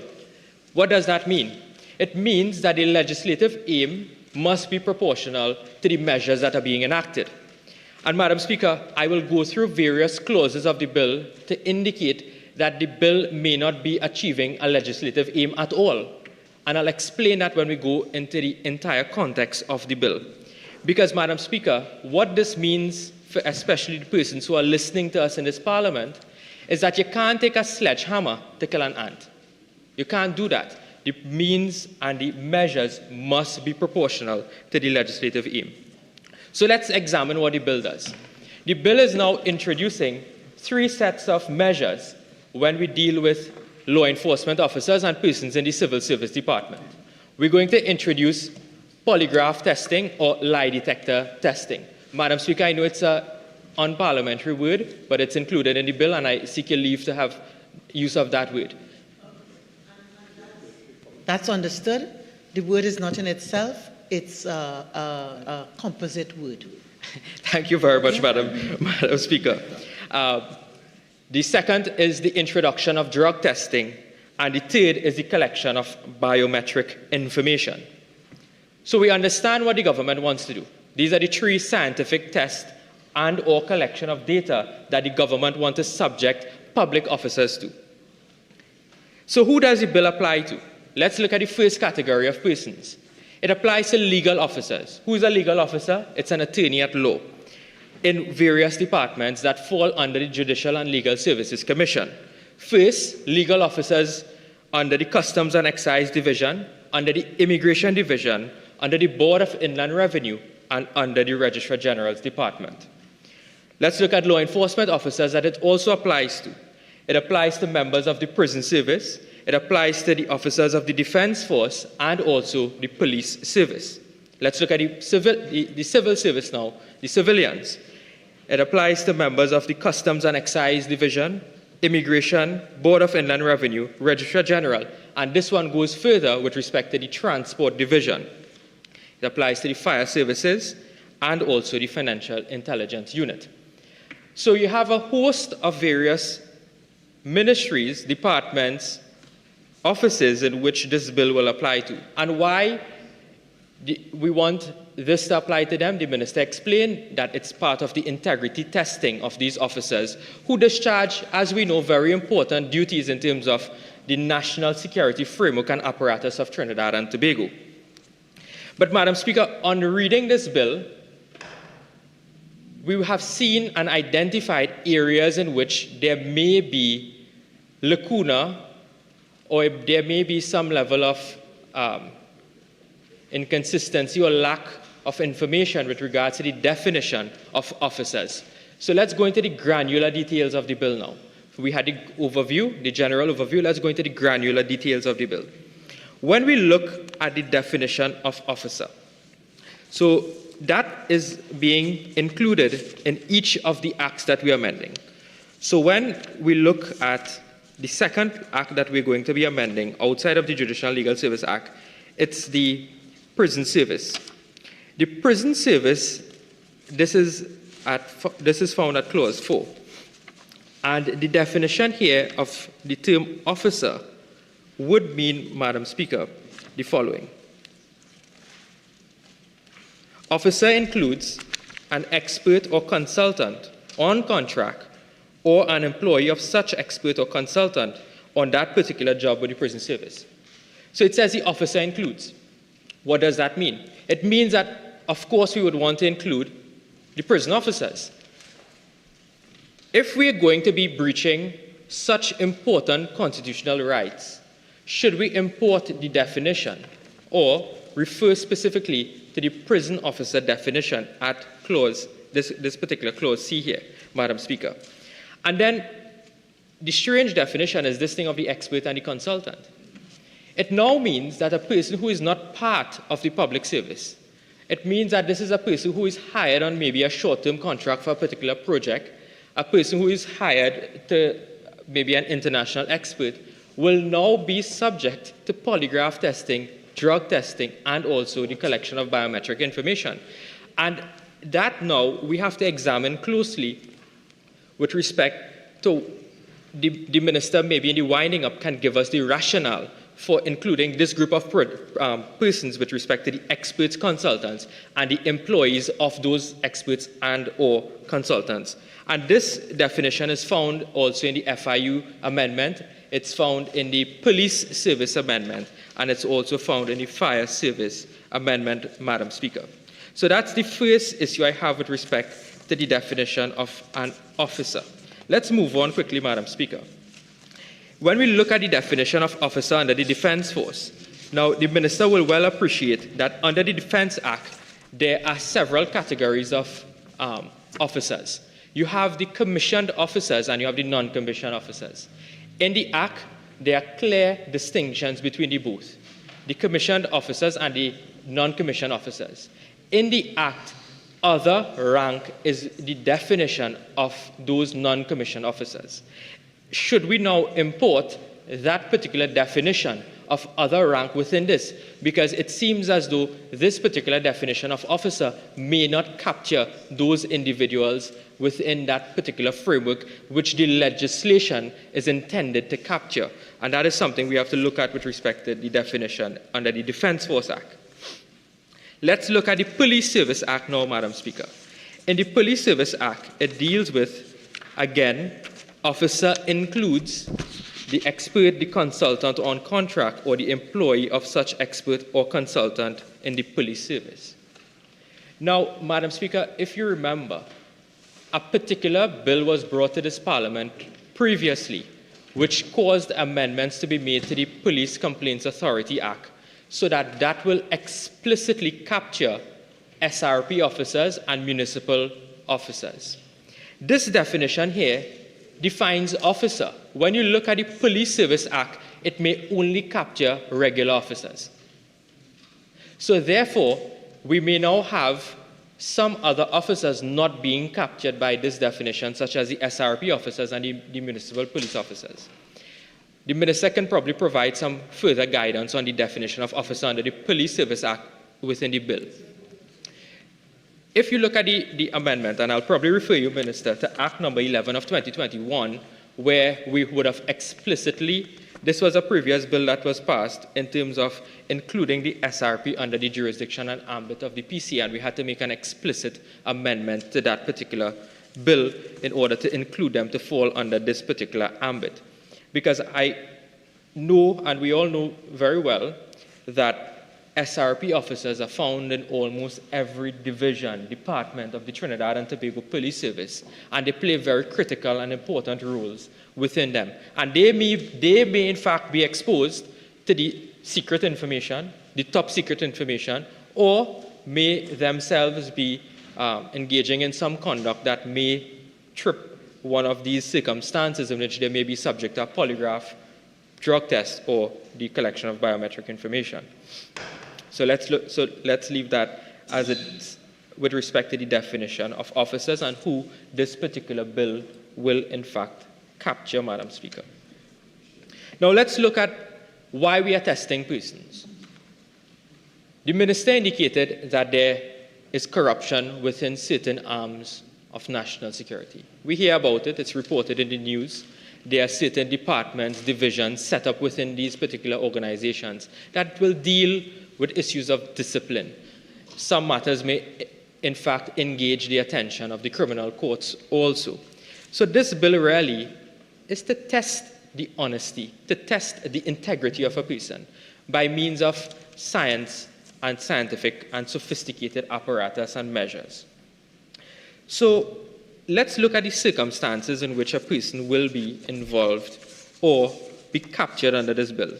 So, for example, let's look at those attorneys at law who may have to subject themselves to polygraph testing, biometric and drug testing. And I don't know if the Law Association was, in fact, consulted on this particular piece of legislation in terms of subjecting attorneys at law to certain testing who perform functions within the state. So once an officer performs any intelligence or counterintelligence function, they are subjected to this. If they are exposed to top secret, confidential, sensitive information involving economic law such as theft, embezzlement, misappropriation, serious or complex fraud, an act of sabotage and espionage or money laundering, or if they had access to information or files that were the subject of an investigation, if themselves were the subject of an investigation, whether or not they have reasonable suspicion to suspect that they were involved in criminal conduct, and also if the officer is in proximity to a person who is charged or convicted for a serious criminal offense under the Dangerous Drugs Act, Anti-Terrorism Act, and trafficking in persons. Now let me stick up in there, Madam Speaker. I understand the other categories because the person has a direct interest in the matter. They may be subject of an investigation. There may be reasonable suspicion that they engage in criminal conduct. But when you look at this other clause here, Madam Speaker, the officer is in proximity to a person charged or convicted of any serious or criminal offense. Now, what does that mean? Is it a relative? Is it a friend? Is it the person who I sit next to at work? Who is in close proximity? What does this mean? And in no way I'm speaking about my friend next to me. But Madam Speaker, that in itself leaves a lot of vagueness. Please. That leaves a lot of vagueness because this section only applies to Dangerous Drugs Act, Anti-Terrorism Act, and the trafficking in persons, Madam Speaker. And there are persons who sit opposite me also, Madam Speaker, and I don't want to be in proximity to them if they are convicted of an offense under the Dangerous Drugs Act, Madam Speaker. So that raises a very serious issue. What does in close proximity mean? If your head of department says you are in close proximity to someone, where is the challenge? What is the standard that they're using to adopt what that means, Madam Speaker? In terms, you are my neighbor right now, and you're probably in close proximity to me, and I don't want to be subject. Member for Barrett-Harris-Howard, please proceed. Thank you very much, Madam Speaker. So that raises a lot of issues with respect to that particular definition of in close proximity. And let's go back to the reasonable suspicion standard now. Because you will have a head of department who is not a law enforcement officer. Let's, for example, the Registrar General. The Registrar General is a civilian, but they now have to determine what is a reasonable suspicion. They are not trained to determine that. Police officers are trained to determine what can amount to reasonable suspicion. This bill now imposes an onus on a civilian head of department to determine what can be a reasonable suspicion of the commission of a serious criminal offense, Madam Speaker. With respect to one particular matter that has engaged the national attention, with respect to what took place at the FIU, Madam Speaker, there was a matter that came out of the High Court recently where a whistleblower would have provided information that the FIU undertook an investigation without the triggering of an investigation through a STR, which is a suspicious transaction report, or a suspicious activity report. And that was found to be unlawful. Madam Speaker, as far as I'm aware, What standing order? the matter has been appealed. Madam Speaker, there is no standing order. Madam Speaker. Standing order 49. Standing order 49. Though standing order 49, the matter has been appealed and therefore is gaining the attention of the court. Thank you very much, Madam Speaker. And tell this, Madam Speaker. Please sit. Please sit. Minister, please sit. Please sit.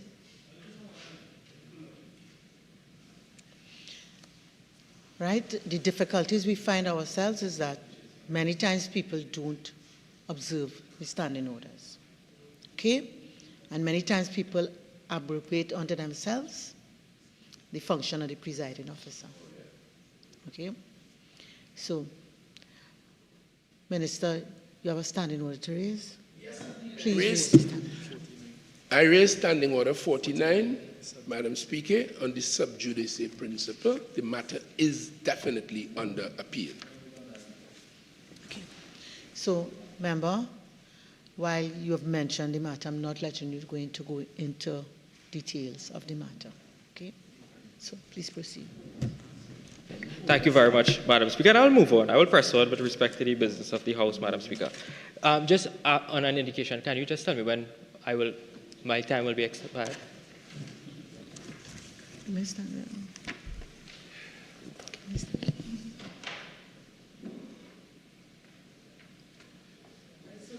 Original speaking time will be 3:51, and you will have an additional 10 minutes. Thank you very much. Additional 15 minutes, I'm sorry. Thank you very much, Madam Speaker. So let's press on. Let's look at the vagueness of the legislation now, because this is a very important point. We have had judicial pronouncements on when you're passing laws that are inconsistent with the Constitution, that there must be a level of certainty when you pass the laws in terms of tripping of these rights. Now, Madam Speaker, what does a polygraph test entail? No one here knows, because the bill did not define what is a polygraph test. There's no definition of the drug test, and there's no definition of the biometric collection, the data. I ask the... You'll have an opportunity when you're wrapping up. Thank you very much. And Madam Speaker, biometric data can range various things. When one hears biometric, the first thing we will think of is fingerprints. But it could be the eyes, the patterns of the eye. But Madam Speaker, it could range from various things like blood pressure testing, it could range to glucose testing, various things. But the bill doesn't confine what is the collection of biometric data. And that is something very important, because I had cause to ask some members about the polygraph testing, and yes, it's introduced in the TTPS at the recruitment stage, that recruits must undergo the polygraph testing. What it is a booklet. They fill out the booklet, and they will have a series of questions on it. They'll ask them if they ever the drugs, they put an answer, and then after that, they connect the machine onto them and ask them whether or not the contents of the booklet is true and correct.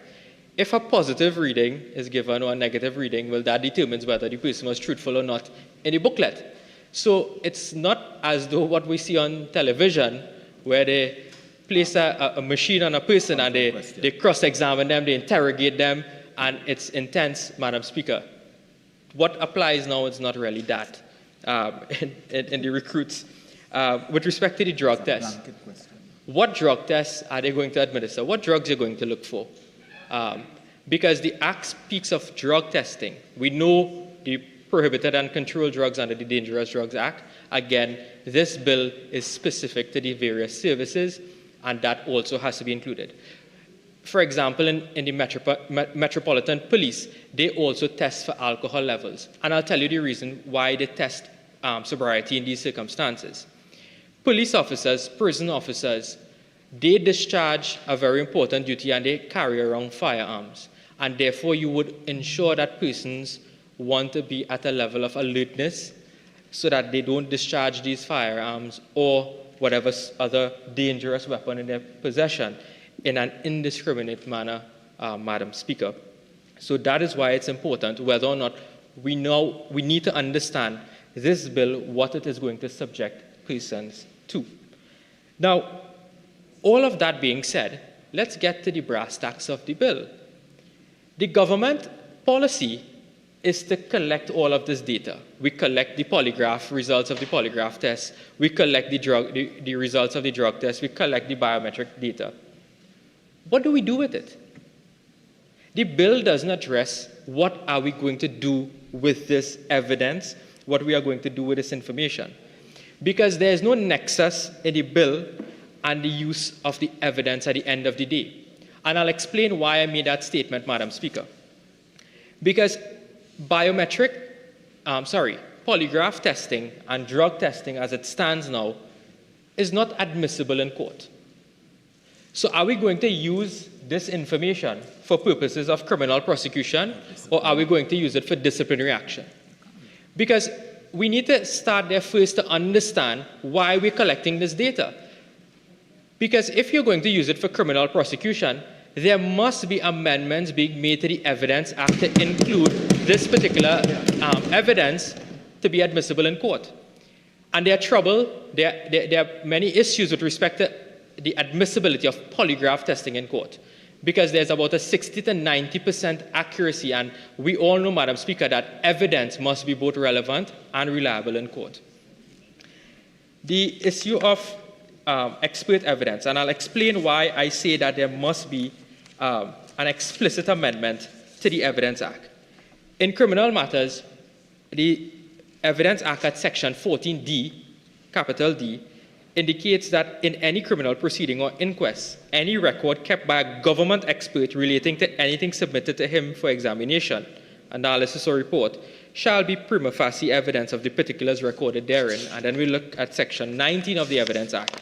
It also goes on to the admissibility of the government's experts' reports and findings, and there's an exhaustive list of who the government experts are: senior pathologist, government chemist, armorer, forensic document examiner, forensic biologist, scientific examiner, fingerprint technician, firearm and toolmark examiner, a forensic DNA analyst. Madam Speaker, there is nothing there to suggest who is the designated officer to conduct the polygraph test. Let's go there. When we passed a previous piece of legislation in this Parliament, and that's the Motor Vehicle Amendment, with respect to the introduction of breathalyzer in Trinidad and Tobago, that law was very robust. It told you who will be the expert. It told you about the calibration of the machines, who will administer the test, what are the sanctions for failing to submit yourself to the test. So there were a whole host of details of how this thing is going to work. We have a bare-bone bill here, Madam Speaker, that is breaching several fundamental constitutional rights. And it really doesn't tell us what is the legislative aim. Because the minister in his piloting, and I think this is the second time he piloted the same bill, did not tell us why we're going to use this information. Where are we going to use it? Are we going to use it in disciplinary tribunals? Are we going to use it in criminal courts for prosecution? Tell us. Simply tell us where that information is going to be used. And Madam Speaker, you see, there are a lot of issues. If we're going to determine whether it's going to be in disciplinary proceedings, the police service has 3 areas. You have the PSB, you have the Police Complaints Division, you have the PCA. When you look at the Defense Force, there's the defense, your senior officers, you have the Defense Force, you have the Council. Madam Speaker, when you look at the Fire Service, there are disciplinary procedures under the Public Service Commission. So there are a whole host of various matters with respect to discipline. Let's look at the failure and the sanctions attached to this. I am an attorney at law attached to a particular division that this bill applies to. I failed to submit myself to a polygraph test. What is the sanction? The bill does not provide a sanction. So if someone fails to submit themselves to this, what happens? In the Metropolitan Police, Madam Speaker, if they fail to submit themselves to a drug test, that is considered to be gross misconduct. And therefore, if the person then subsequently submits themselves to the testing, there's an avenue to appeal that particular finding through independent testing, because we all know that there can be contamination with respect to these particular scientific matters. So, Madam Speaker, I want to just also go back to this issue of discipline, and I want to look at an article that came out of New Zealand. And Madam Speaker, forgive me, the article is entitled "Liar, Liar, Pants on Fire, Polygraph Tests and Disciplinary Proceedings." And it's written by Megan Reddy. And what this is saying is that the mere fact that an employee fails a polygraph test is not in itself sufficient to find an employee guilty of dishonesty. And this was confirmed by the Labour Appeal Court, DHL Supply Chain, against DeBeer number NO and others 2014-35 ILJ 2379, where the court made clear that the onus rests with the employer to lead expert evidence to prove the accuracy of the polygraph test. And that goes back to the evidence issues. Before an expert comes to give evidence in any tribunal or any court, they must establish that they are an expert. They establish this through their qualifications, through their training. In this case, we have to understand who is going to be the designated officer to administer these tests. Correct. Are these tests going to be farmed out in terms of contract employment, or are we going to train persons within the particular services to administer these tests? Is somebody going to get a contract to administer the polygraph testing or the drug testing, or whether or not they can in fact be from within the service? And Madam Speaker, this again goes to the reliability of polygraph testing, even at a lower standard than a disciplinary tribunal. We're not talking about a court that deals with beyond a reasonable doubt in terms of the standard of proof. And if you look, I want to resurrect a report here, Madam Speaker, because when this government came into power, they boasted about a police manpower audit report. I have a copy of it in my hand. Now is the time, no sacred cows. This report was presented to the Honorable Prime Minister on the 17th of October 2017. And this report identified issues of discipline within the Trinidad and Tobago Police Service. I haven't heard this government speak about this report in the last, 5 years since this report was ever presented, Madam Speaker. And this report really tells us of what takes place at disciplinary issues in the TTPS. And I want to give you an example of one, Madam Speaker. This is what happens at the TTPS. At page 174 of the report, it says that it was noted too often prosecutors are sourced from departments external to the complaints division, which results in poor attendance in many cases, thus leading to many delays. Here it is. In fact, there's a current case where a matter was called 55 times. The officer was not served 41 times. There was not a quorum on 30 times. And the matter was fixed for trial 2 times, and it has not been resolved to date. And this was in 2017. And now we're going to introduce these sophisticated lie detection testing and polygraph testing, and they can't even determine properly one disciplinary matter, having had that matter called 55 times, Madam Speaker. So we have to fix the root of the problem before we introduce these scientific matters, Madam Speaker. Let me give you an example. We want to introduce biometric testing. Let me just assume that the government says it will be for fingerprinting.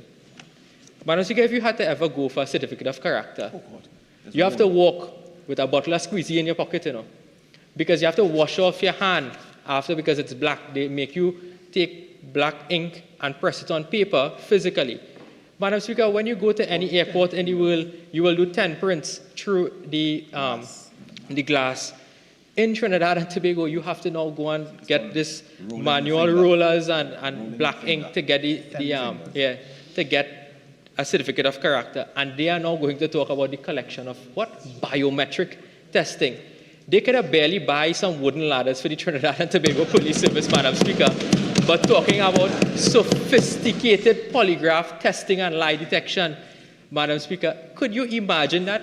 This government is very incompetent, Madam Speaker. I'm being very kind to them today, Madam Speaker. So, member, your original speaking time is spent. You have left 15 minutes to wind up your presentation, if you so wish. Yes. Thank you very much, Madam You Speaker. may proceed. Thank you very much. I'm being very kind to them, Madam Speaker, with respect to this bill, because it has a lot of complex legal issues, and I think we need to ventilate these issues properly at this place so that we can get this bill right, if this bill has to be passed, Madam Speaker. And I want to let you know also that the TTPS has already introduced polygraph testing. This is nothing new.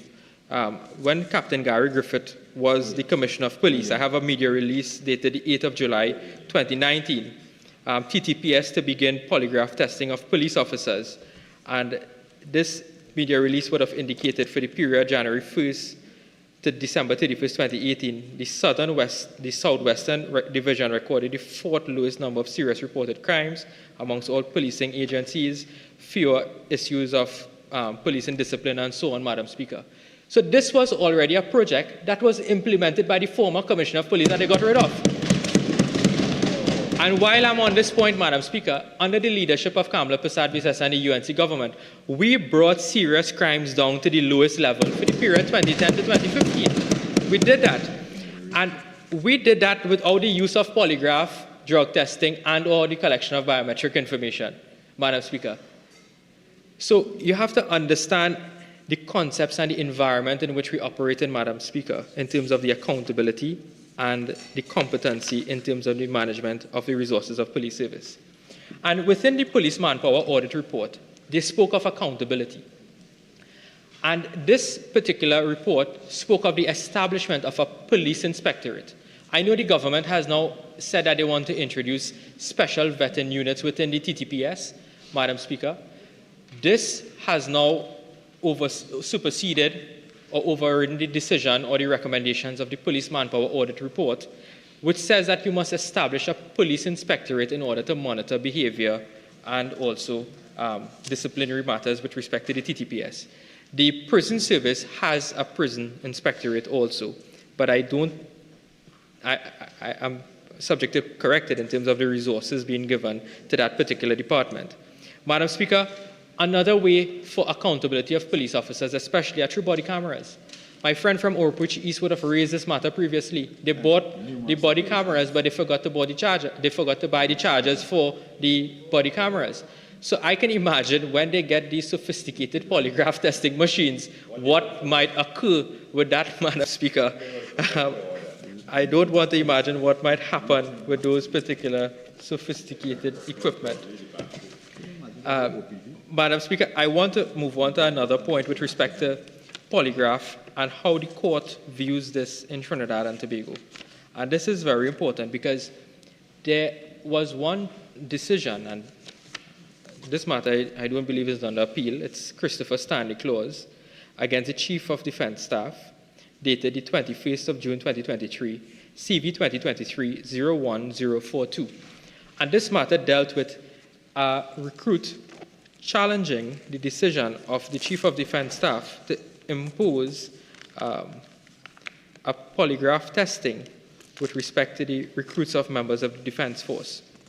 And ideally what the judge held was that there are no equivalent provisions in terms of the Defense Force recruitment process as the police service, where they require the polygraph, but the Defense Force doesn't. But through a policy, they try to introduce it, Madam Speaker.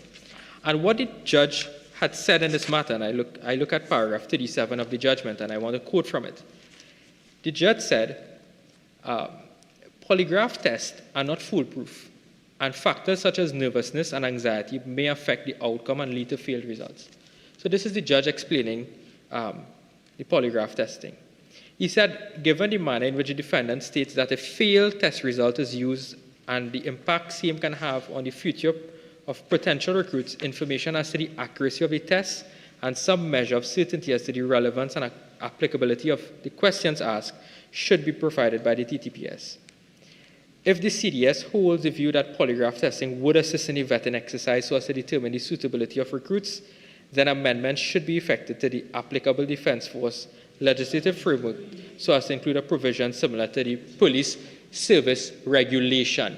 So let me make the point clear. The police service regulation says that you must have polygraph testing for recruits. The Defense Force does not. If the Chief of Defense Staff thinks that is his policy, there must be a specific amendment to the Defense Force regulations, not the Defense Act, you know. So I see the minister is getting excited, but he doesn't understand the point I'm making. And the court went on to give the dangers with respect to the polygraph testing. He said the fact that a failed TTPS polygraph is used to disqualify a potential recruit should not be clothed in secrecy to be sprung upon potential recruits after they have been selected to undergo basic training. In addition, the TTDF should have all the relevant information so as to be able to satisfy itself as to the accuracy and parameters of the TTPS polygraph test results, inclusive of information as to the possible margins of error. In these circumstances, the court holds the view that the decision to rely on the standard policy that a failed TTPS polygraph test would generate an adverse report and that same would result in disqualification is arbitrary, unfair, and unreasonable. Because it talks about the potential that if a young recruit fails the test because of something he may have done in the past, may not qualify him to ever hold the position within the law enforcement departments, Madam Speaker. And that is a very important decision, and I commend this decision to be read by members of the House, Christopher Staniklaus against the Chief of Defense Staff, because it provides some level of clearance and some level of clarity, with respect to this particular issue. Madam Speaker, let's look at defenses. If a person, for example, fails a polygraph test, with respect to the administration of a drug test, it comes back positive that they have been detected for drugs, Madam Speaker. We now have to determine, just like within the breathalyzer law, whether we need to include a defense based on medical reasons. Let me give you the example. If a person fails to submit a breathalyzer, that's an offense. A person may fail to submit to a breathalyzer because they don't have the lung capacity to give a proper breath sample. In this case, let's assume the polygraph testing is, you look at blood pressure, heart rate, perspiration, levels of anxiety, Madam Speaker, to determine whether or not the person is speaking the truth or not. If that person is operating under some medical condition, we may get false negative or false positives. And that is something we have to look at, because that can invariably trap an innocent person, Madam Speaker. And there are inaccuracies with these tests, and that's why I'm suggesting that the law must be proportional. There must be additional safeguards of defenses on which a person can in fact raise with respect to being subject to these tests, Madam Speaker. So these are some of the issues that I wish to just raise before this Honorable House in terms of the polygraph testing. I raise issues of the definition of officer. I raise the issues with respect to the vagueness and the lack of definition of the testing, of the reasons that we may have to amend the Evidence Act if we determine the purpose on which the evidence collected is to be used. We have to look at the reliability of the polygraph testing based on judicial pronouncements and the scientific data provided to us. We have to look at the sanctions that can be imposed for a person failing to subject themselves to these testing. And now we have to look at whether or not we have to include defenses for those particular matters, Madam Speaker. So with these few words, I thank you very much. Member for Port of Spain North, St. Anne's West.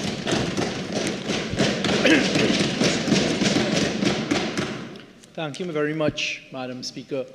Madam Speaker, today we are called upon as members of this House, as elected members of this House, to take very serious decisions as to whether we support the bill that has been put before us.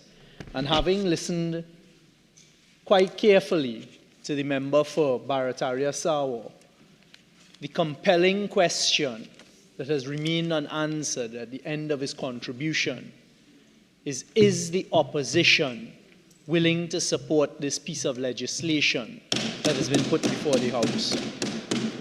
As you see, what we heard, and I must say the member for Barataria Sawo has developed some level of skill.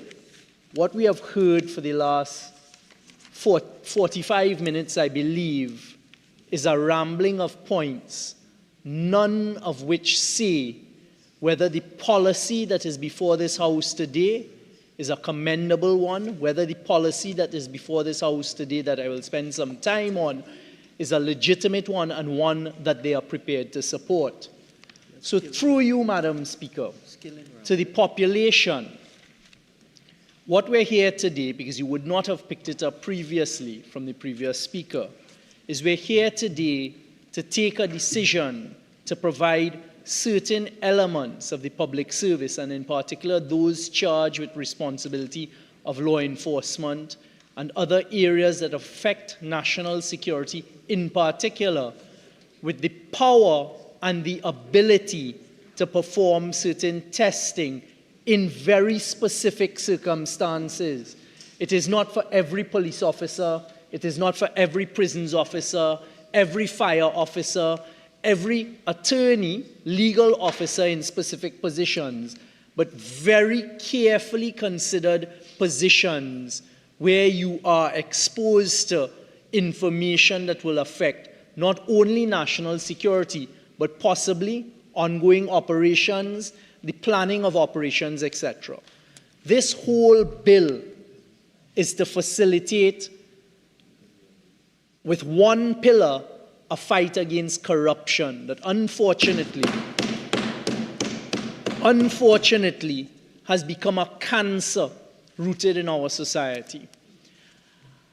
Madam Speaker, what we are seeking to do today is merely to provide the legal authority and ability for heads of department, for example, in the Defense Force, in the prison service, in the police service, in the BIR, in immigration, and in customs, to request that officers who have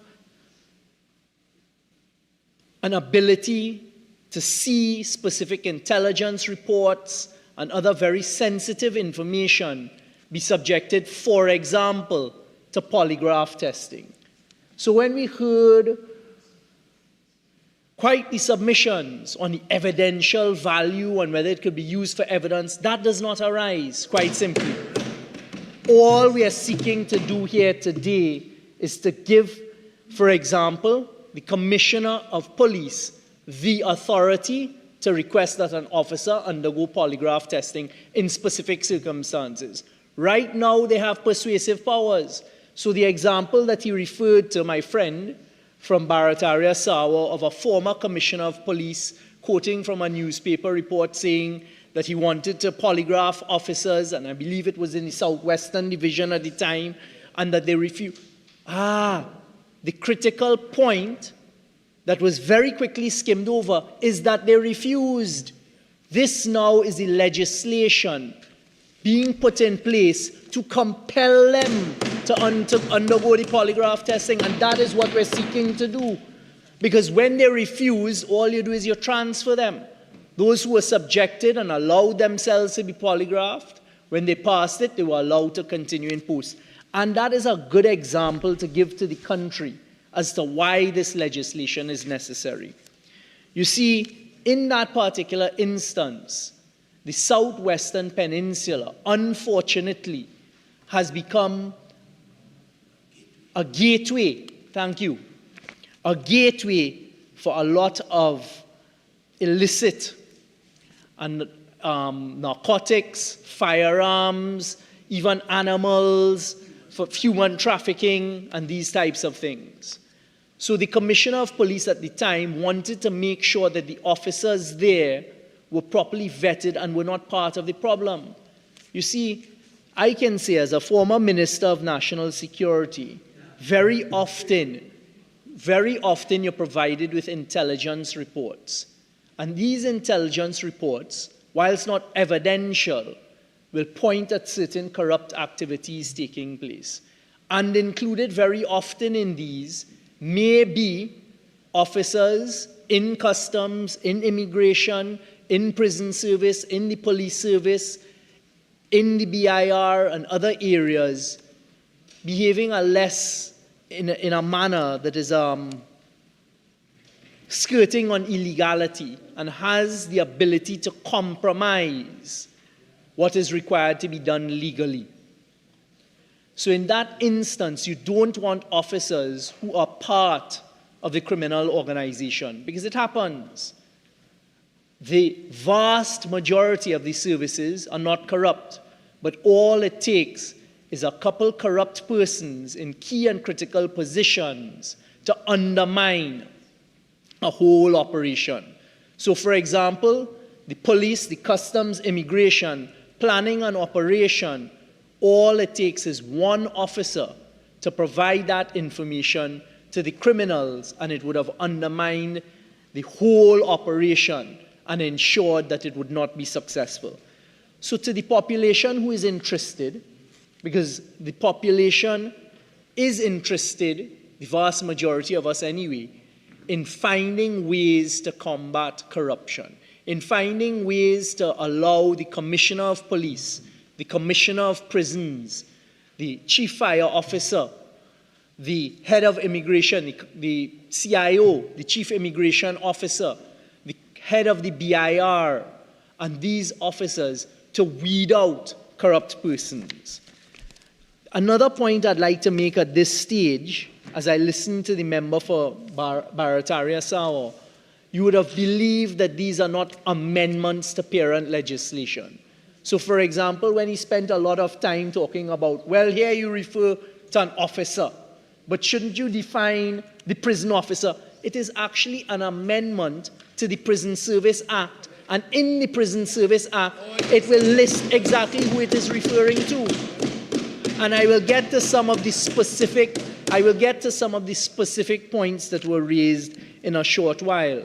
But just to tell the population at this stage that this is a bill that is seeking to amend certain specific pieces of legislation, to give the authority, the people in charge, the ability to require polygraph testing, the use of biometrics, and the use of drug testing, all three of which it must be accepted by any sensible person with knowledge are necessary if you're going to have officers dealing in vetted areas, in areas that there are extra levels of sensitivity. So at the outset, just for those who are listening, through you, Madam Speaker, this bill is dealing with legal officers who fall under the Judicial and Legal Services Act in very specific positions and very specific departments. It is not for all, because it defines the departments at Clause 3 of the bill. It defines department as meaning Customs and Excise, Immigration, Board of Inland Revenue, and the Registrar General's Department.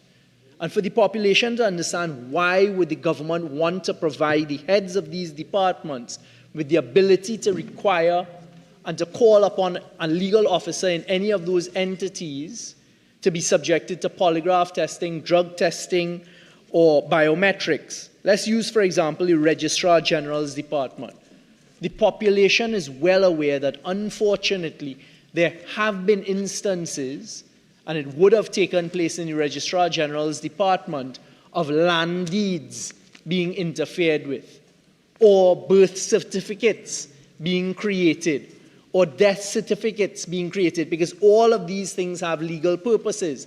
And if they're fraudulently or corruptly interfered with, they are going to affect other transactions. Similarly, in the Board of Inland Revenue, if you have officers who are deciding a person owes $35 million in tax, but I will just give you an opportunity to pay $1 million and you get a certificate of compliance, that is something we as a population, and in particular this government, does not want to encourage. And what we're doing here today is we're trying to provide. It is not the panacea.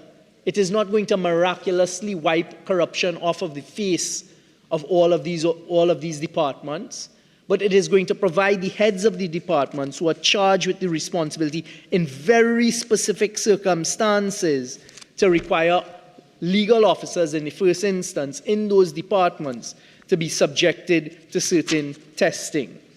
And just to give the assurance, it is for the heads of those departments to order law officers to submit for polygraph or any other lie detecting test.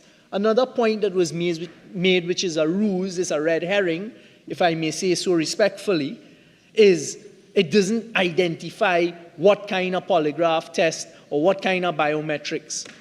That is not for the parent legislation. This parent legislation that we're passing here today, which is an amendment to parent acts, is really, as I say, and it is worth repeating, to give you the ability to call upon certain persons to undergo these tests. Obviously, now in the implementation and the administration of it, there will be regulations, or, as happens in the police service, there will be orders issued, standing orders, etc., that will determine those things. No one is trying to avoid due process of law. This is to give persons the ability to require the testing. The next thing that needs to be said, these, Madam Speaker, through you, for all of the various organizations, the prisons, the fire, the police service, the defense force that we're referring to, these are the instances for all of them where this particular officer can be called upon to undergo such a test. One, where the law officer in this instance performs any intelligence or counterintelligence function. Very, very specific. It is not going to be every legal officer, every police officer, every defense force officer. It's going to be very few fire officers, very few prison officers, but it is specific, and one can immediately understand why. Because when you're dealing with intelligence and counterintelligence, there must be an element of secrecy. There must be an element of protection. And if you are running one of these organizations and you have a fear, an apprehension, a suspicion that any one of your officers who are subject to that type of information have any shakiness, any element of potential corruption, why shouldn't you give the head of the department the ability to say, member for Port of Spain, North St. Anne's West, undergo a polygraph test in those instances? And you know what is frightening? We sat here and we listened for 45 minutes, and there was not a single, I can't even say a single good reason, because there was not a single reason given as to why this legislation should not be supported today. Not one. But you come here and you throw this and you throw that, as I'm sure, well, hopefully we wouldn't hear any more of. Hopefully the submissions to come would be, yes, we're willing to support this. Because, you see, in the whole PR exercise that takes place on that side, very often they come out and say, yes, we want to fight crime. If we were in power, these are the things we would do, etc., etc. Well, now you have the opportunity here today, because we as the government are not the ones asking for this. It is those in the police service who are charged with the responsibility. It is those in the defense force who are charged with the responsibility. And I'd like to now put on record as a point of law, because I've given this advice previously, and I can say so without breaching at, for example, a cabinet level or a National Security Council level. Anyone entering into the service can be subjected to polygraph testing, because the principle in law is you have a choice. If it is now that you're going to enter into a contract, I am offering you that, yes, you can be employed by me, but subject to these conditions, subject to undergoing a drugs test, subject to undergoing a polygraph test. So any recruit coming into any of these organizations, it is the state has the right to ask them, subject yourself to one of these tests. But what we're doing here today is we're providing for those who are already in the service. Because you see, times have changed. The risks have changed. The temptations have changed. The criminal network has gotten a lot more sophisticated. I support 100% what the member, my colleague for Laventille West said a few months ago, and he was wrongly attacked and criticized, both roundly, R-O-U-N-D-L-Y, and as well as wrongly, W-R-O-N-G-L-Y, when he said that corruption has seeped every part of the society. And he named certain institutions. And the truth is, he knows, because he gets the intelligence reports that are provided to him by professionals who are vetted.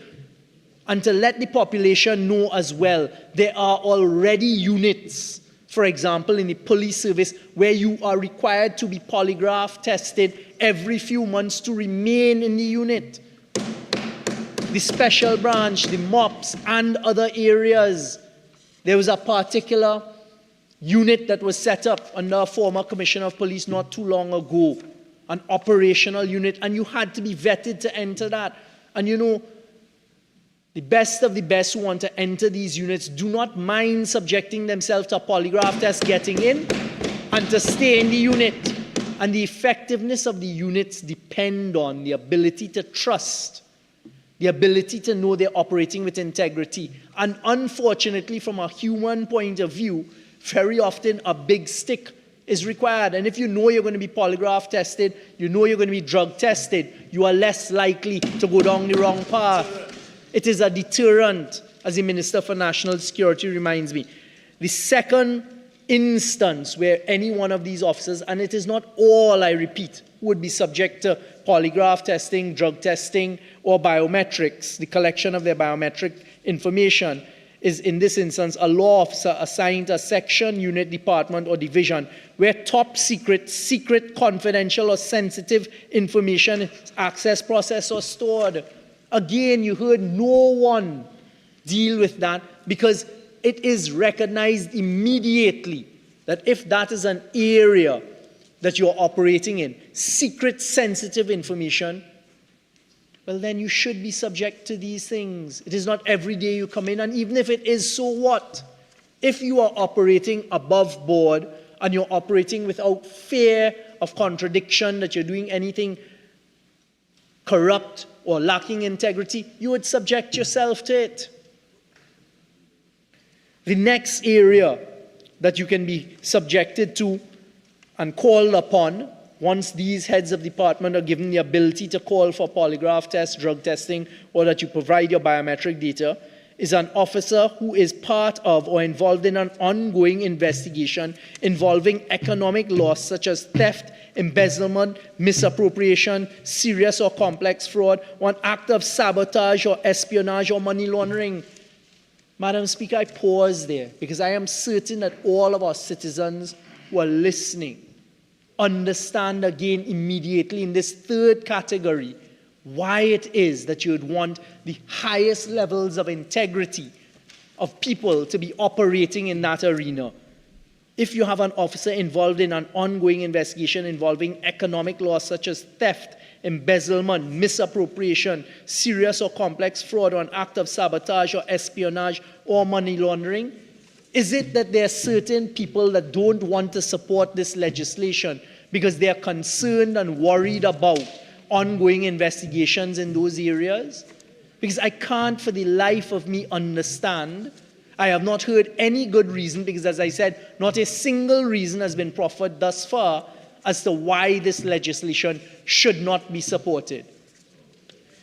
The fourth area where a person could be submitted to any of these testing is if the officer has or had access to property information or files that are the subject of an investigation. Again, it is immediately understandable why you would want that category of person subject to. If I am part of an investigation into very sensitive areas, and then I'm transferred out of the unit for one reason or the other, and then there's a suspicion by the head of the department that I am now providing the information that I was privy to during that period of time to persons I shouldn't. Obviously, the head of department would want the ability to have me tested as to whether I have done so or not. And to hear the submission by the member for Barataria Sawa that, oh, well, there are no sanctions. It is not for the Parent Act to provide a sanction as to whether you do or you don't do this test. This is giving the head of the department the ability to call upon you to do the test. If you fail to take the test, you fail to do the drug test, obviously there will be consequences that flow from that. I have never heard, I was about to define the type of lawyer. I have never heard a lawyer make such a submission that legislation has to provide in an employment circumstance and situation the consequences of if you fail to act on something. Well, you are not a lawyer, so you wouldn't know. So I am glad to see that the member for Siparia has joined. And of course, as she joins in a normal and typical fashion, the member for Siparia, she has to make it known and to disrupt. So the next one, is always PR. She would have taken a photograph on the corridor coming in here. So 1, 2, 3, 4. The fifth area that someone can be subject to, it would be useful. Maybe I'm going to propose an amendment, Madam Speaker, at the committee stage, that maybe parliamentarians should also be subject to this. And the first one I will call upon for the testing of is the drug testing. So the next one is, there's reasonable suspicion that the law officer was involved in a serious incident under investigation. Again, that is obviously, having said it, a good reason as to why you would want to have the ability to test in those instances. The next specific circumstance is there's reasonable suspicion that the law officer, let's just change out, officer is suspected of or involved in misconduct in relation to an ongoing investigation by law enforcement into the commission of a serious criminal offense. Again, these are persons who are subject to very confidential information, operating in very specialized areas. If this is happening and you have a reasonable suspicion, I then heard the member for Barataria Sawa make a ridiculous submission that the Registrar General who is operating in a civil arena, by definition, the Registrar General has to be a lawyer. Even if you are senior counsel, as some who have given themselves senior counsel are, the first thing you would do is you would seek independent legal advice. No head of department, if they have a reasonable suspicion and they think there's going to be some element of questioning as to whether they're utilizing their power properly, would not go to an attorney at law and say, listen, I have a reason to suspect employee X, who is conducting an investigation, is providing information to those that he or she is investigating. Can I ask he or she to undergo a polygraph test?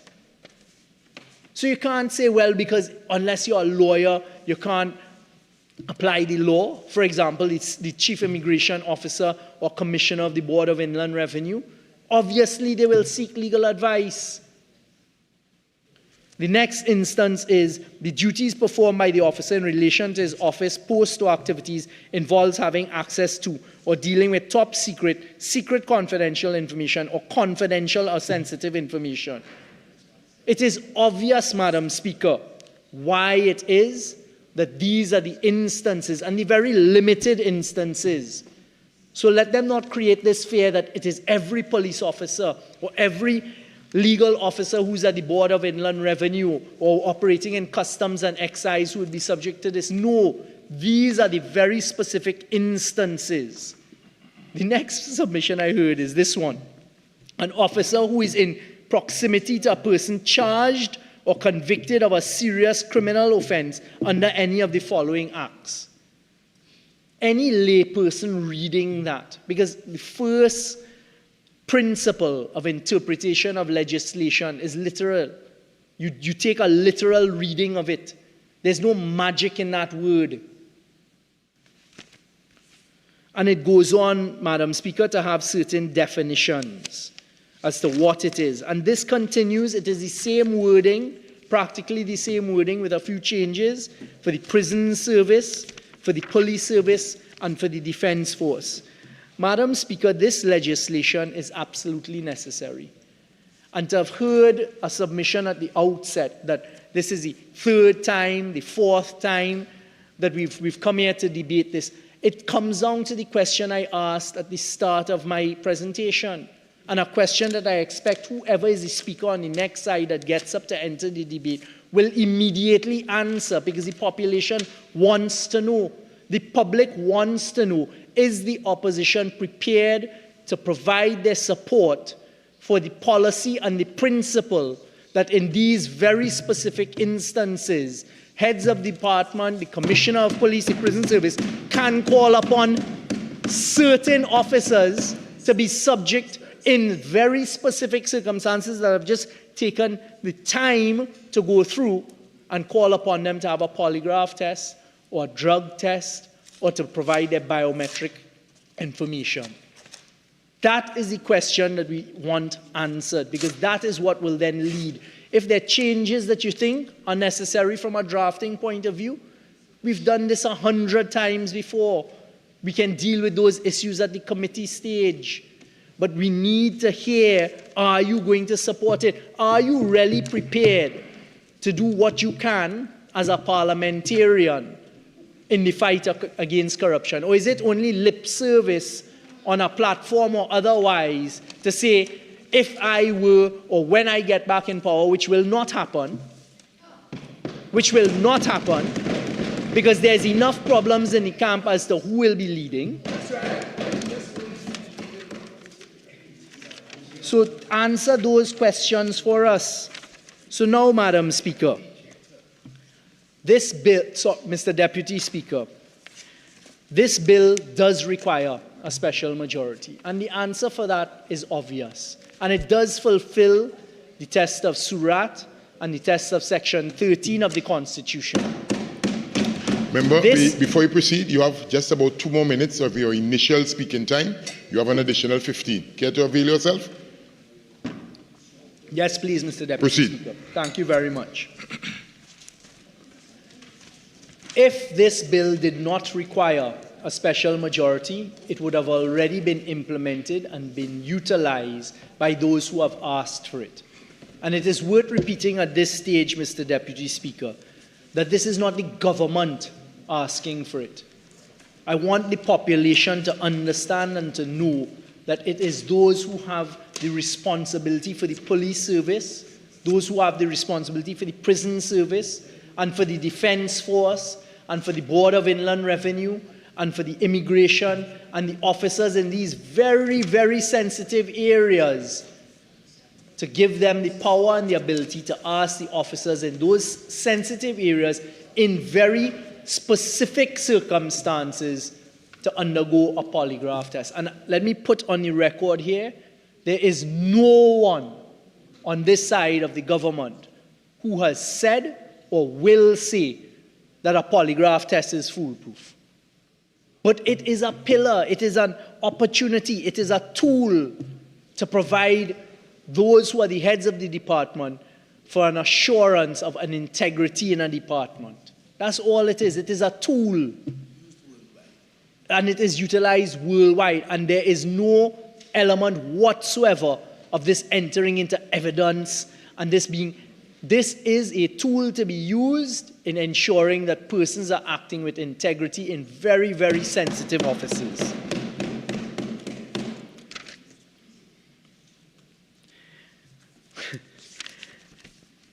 The member for Barataria Sawa, in going under section clause 4 of the bill and going straight to officer, started to make submissions. Well, who is a prison officer? Should we not define here who's a prison officer? I've dealt with that already. The parent legislation, that this is a simple amendment to the Prison Service Act in this instance, already sets out who are prison officers. He then said, well, show where it is. It is not found in the definition section. The Prison Service Act makes it very clear, because we've all been operating in that instance for decades, as to who's a prisons officer. To now come and say, to add that an officer includes an expert or consultant on contract or an employee or such expert or consultant of that particular job within the prison service, just shows the obstructionist approach that is being taken. Because, Mr. Deputy Speaker, it is obvious as to why you would want to include in the various instances that I've already outlined, which are very specific, why you would want to include a contract officer or a consultant that is brought in to work in that area. So let me give an example. Very often, for example, you may need a forensic electronic expert, someone who can come in and can interrogate electronic devices. That expertise may lie outside of the service. So if you have an officer, a contractor who can provide that type of service and you want to bring them in, obviously you want to subject them, because you're now bringing them into a sanitized area, a vetted unit, an area where there's intelligence, an area where you're planning operations, and you'd want, and they will now have access to very sensitive information. So you would want that person coming in, you would want to have a sense of assurance that that person is safe to bring in. I heard the member for Barataria Sawa talk about when you're being vetted now to enter the police service and you fill out a booklet and then they ask you, is it everything in booklet was true and correct? It is a scientific test. The questions are very, very carefully chosen. And if the person answers, yes, they are, the machinery will pick up if they're telling a lie or not.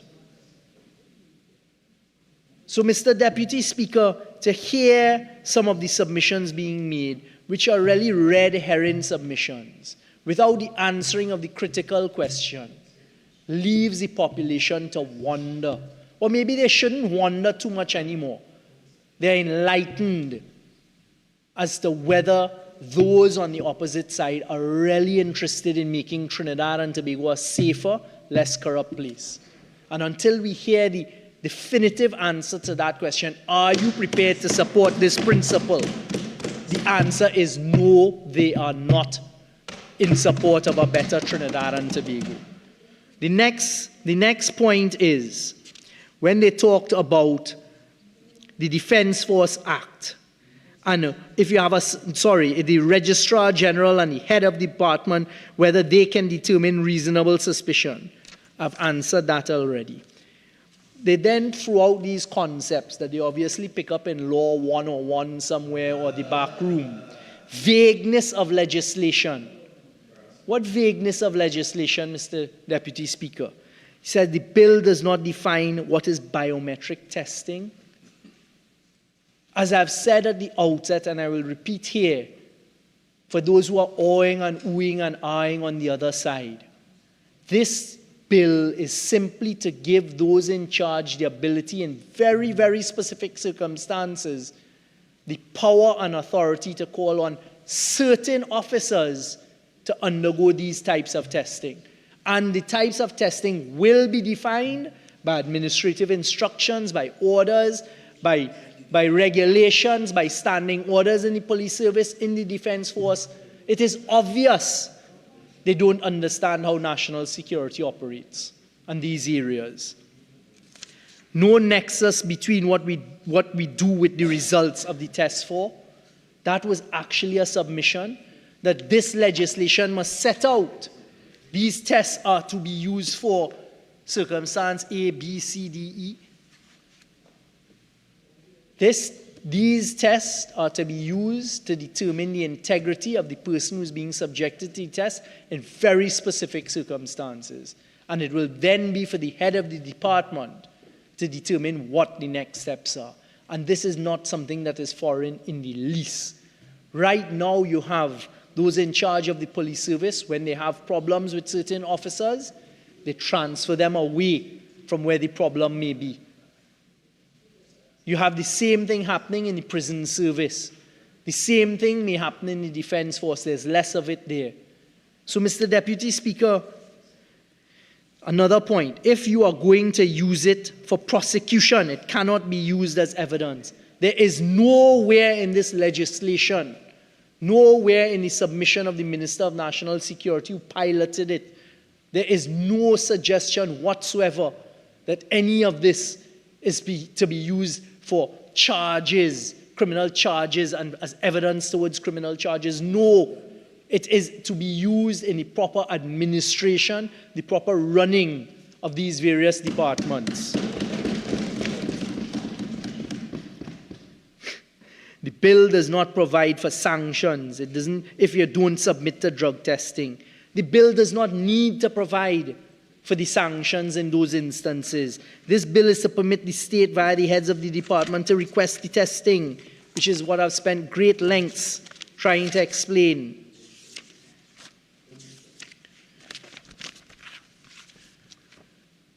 Mr. Deputy Speaker, to begin summing up, there is policy behind this. There is research behind this. I want to assure the population through you, Mr. Deputy Speaker, that this legislation is not an invention of a wheel. This legislation is being applied all over the world. This legislation is utilized in developed countries throughout in these particular areas. We are playing catch up. Because you see, the fight against crime, criminality, and corruption is one that requires you to be, and it's a concept in law, always speaking. It is one that the law must always be evolving.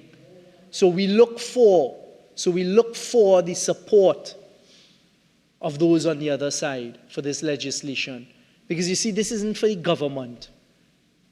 This is for those who are given the constitutional responsibility to keep us safe, the constitutional responsibility to plan operations, to make sure that proper investigations are ongoing, etc., with the ability to have officers who have passed the test of integrity and who are continuing to be subjected. And that's all that this legislation is about here today. It's applying to certain legal officers in instances of customs and excise, immigration, the Registrar General's Department, and the Board of Inland Revenue.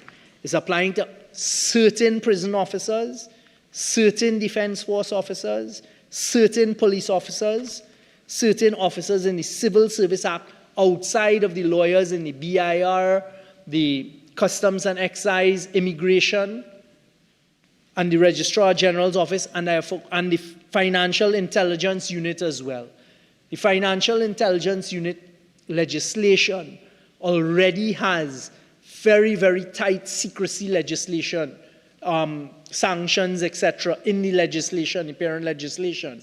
But what this is now providing for is the head of the departments in that body to call upon people, and it is understandable to call upon people to do a polygraph test in specific instances. So, for example, if an officer is conducting an investigation and you have a reason to suspect he or she may be compromised and providing information to whom they should not, to call upon that officer. And it works as a protection, you know, because the protection is if you have done no wrong, you pass your polygraph test and you continue to work, as opposed to somebody just having a suspicion and moving you out of the position or firing you or transferring you. So you see, when you do no wrong and when you operate with integrity, that is how you see it. That is how you understand the legislation. So sometimes when I sit here and I listen and I hear the zombies and I hear the ghosts round the corner and watch for this and watch for that, it takes me a little while to understand. But why would that person suggest that? Because you see, if you're operating above board and you're operating in an environment where you have nothing to fear about being accused rightly and legitimately of wrongdoing, then you have no problem. You have no problem in being subjected to a polygraph test. You have no problem in doing a drug test. You have no problem in providing your biometric data and information. It is those who have a problem with that, have a problem with providing any of these things, are the ones that we must watch. And what we're being called upon here today as elected members of Parliament, Mr. Deputy Speaker, is to provide that tool to the persons who are in charge of those persons to be able to provide and protect those environments. That is as simple as it is. And there is enough and sufficient case law to provide for this. As I say, in the employment arena and world, you can make this a condition.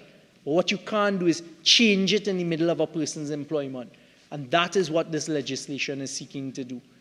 It is seeking to now introduce this as a condition in persons who are already employed. Because you could take a simple approach that everybody now entering any of these services, this is a condition, going forward you'd be subjected. And that is good employment law. But what we're doing here is we're providing a tool to clean up and to fight corruption. Is it going to be the panacea? The answer is no. But it is a good tool. And Mr. Deputy Speaker, I have absolutely no hesitation as a member for Port of Spain, North St. Anne's West, and as a responsible member of this government, and more so as a citizen who cares about Trinidad and Tobago, for indicating and putting on record now at this point, I fully support this legislation, and to say it is absolutely necessary at this point in time in Trinidad and Tobago's history. Thank you. I recognize the member for Naparima.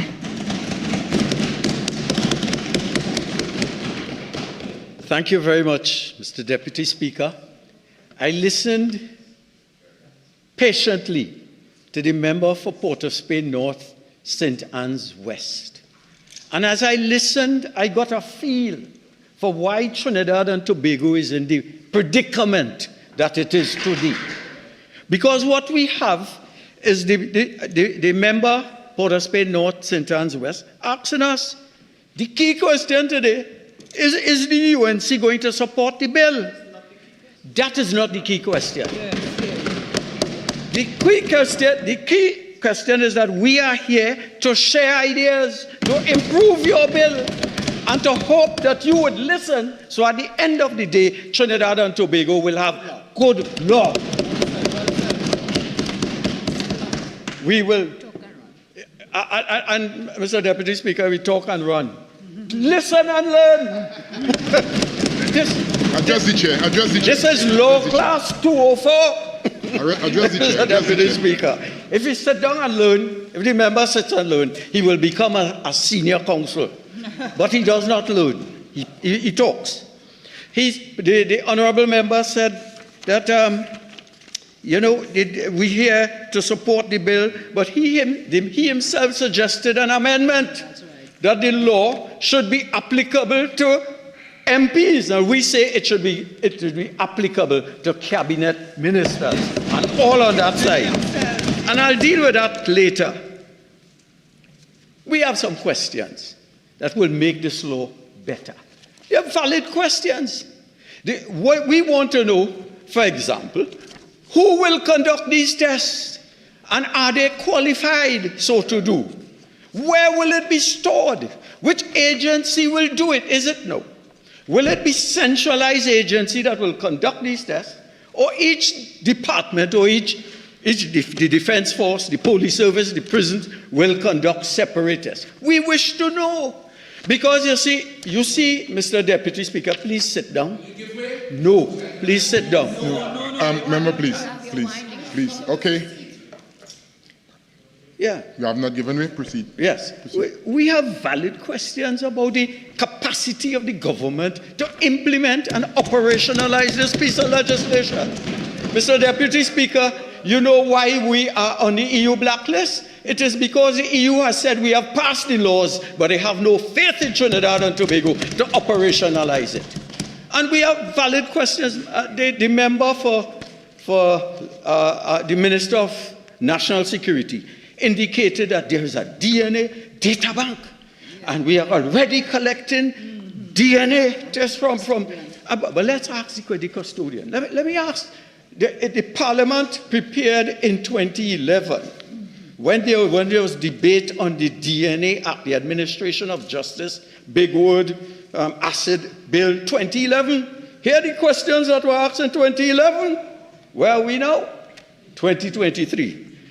They gave the parliamentarians then this question: has the Trinidad and Tobago Forensic Science Center received laboratory accreditation from the international body to ensure that the management, personnel, procedures, instruments, physical plant, security and personal safety procedures of the laboratory meet the required standards of a recognized accreditation body?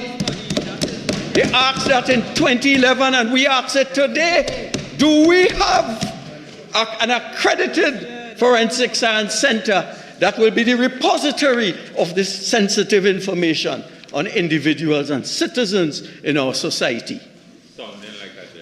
The question was asked, is the Forensic Science Center, this 2011, equipped to handle the increasing influx of DNA samples and evidence that will result from the passage of this legislation? The problems of backlogs and lack of up-to-date technology will likely result in significant delays in the administration of justice.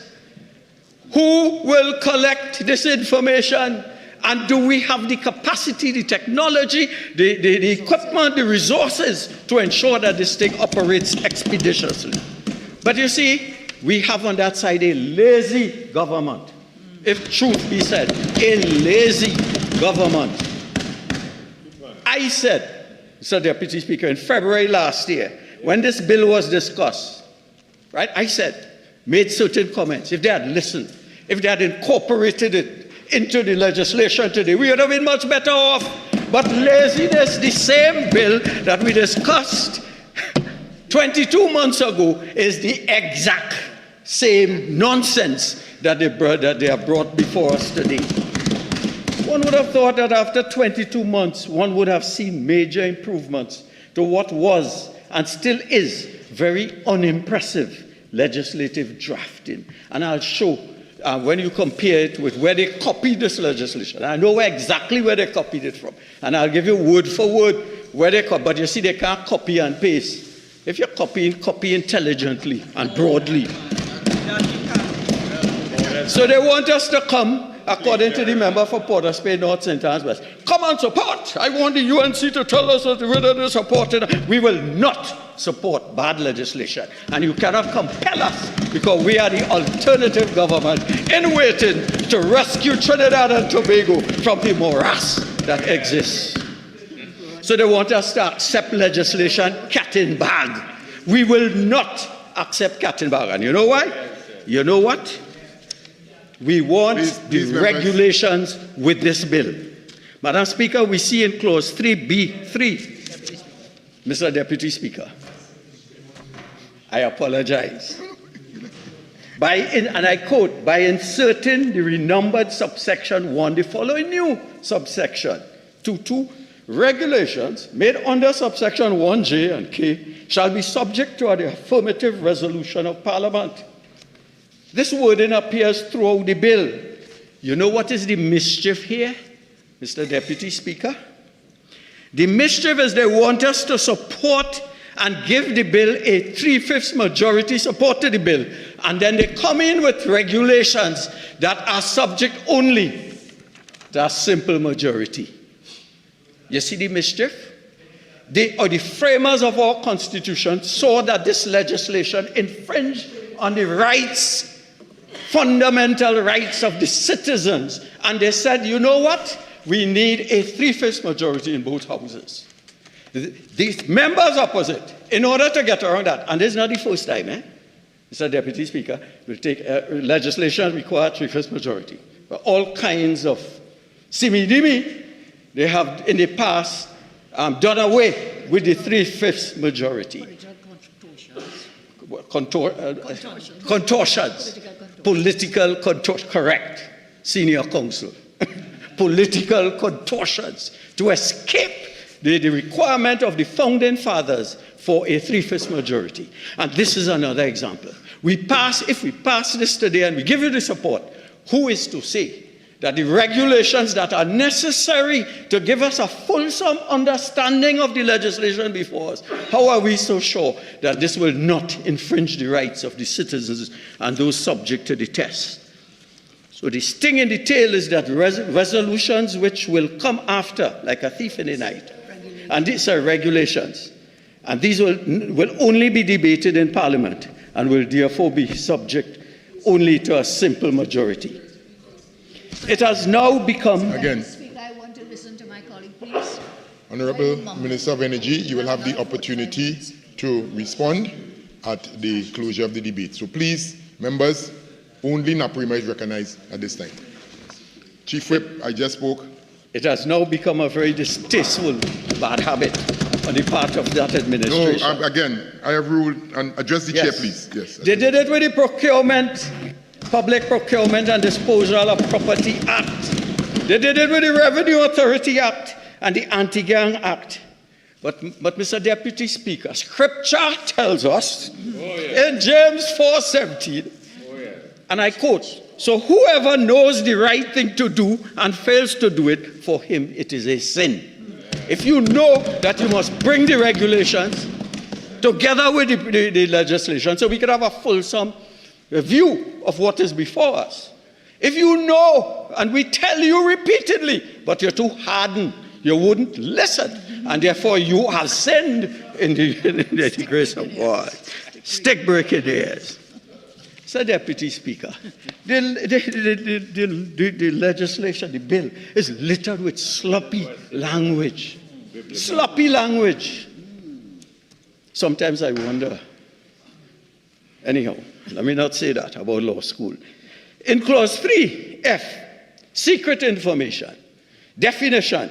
It means information which reasonably could be expected to cause serious damage to national security if disclosed without prior written authorization. So it's secret information. Here the definition for top secret information. It means information which reasonably could be expected to cause exceptionally grave damage to national security if disclosed without a prior written authorization. So what is the difference between secret and top secret?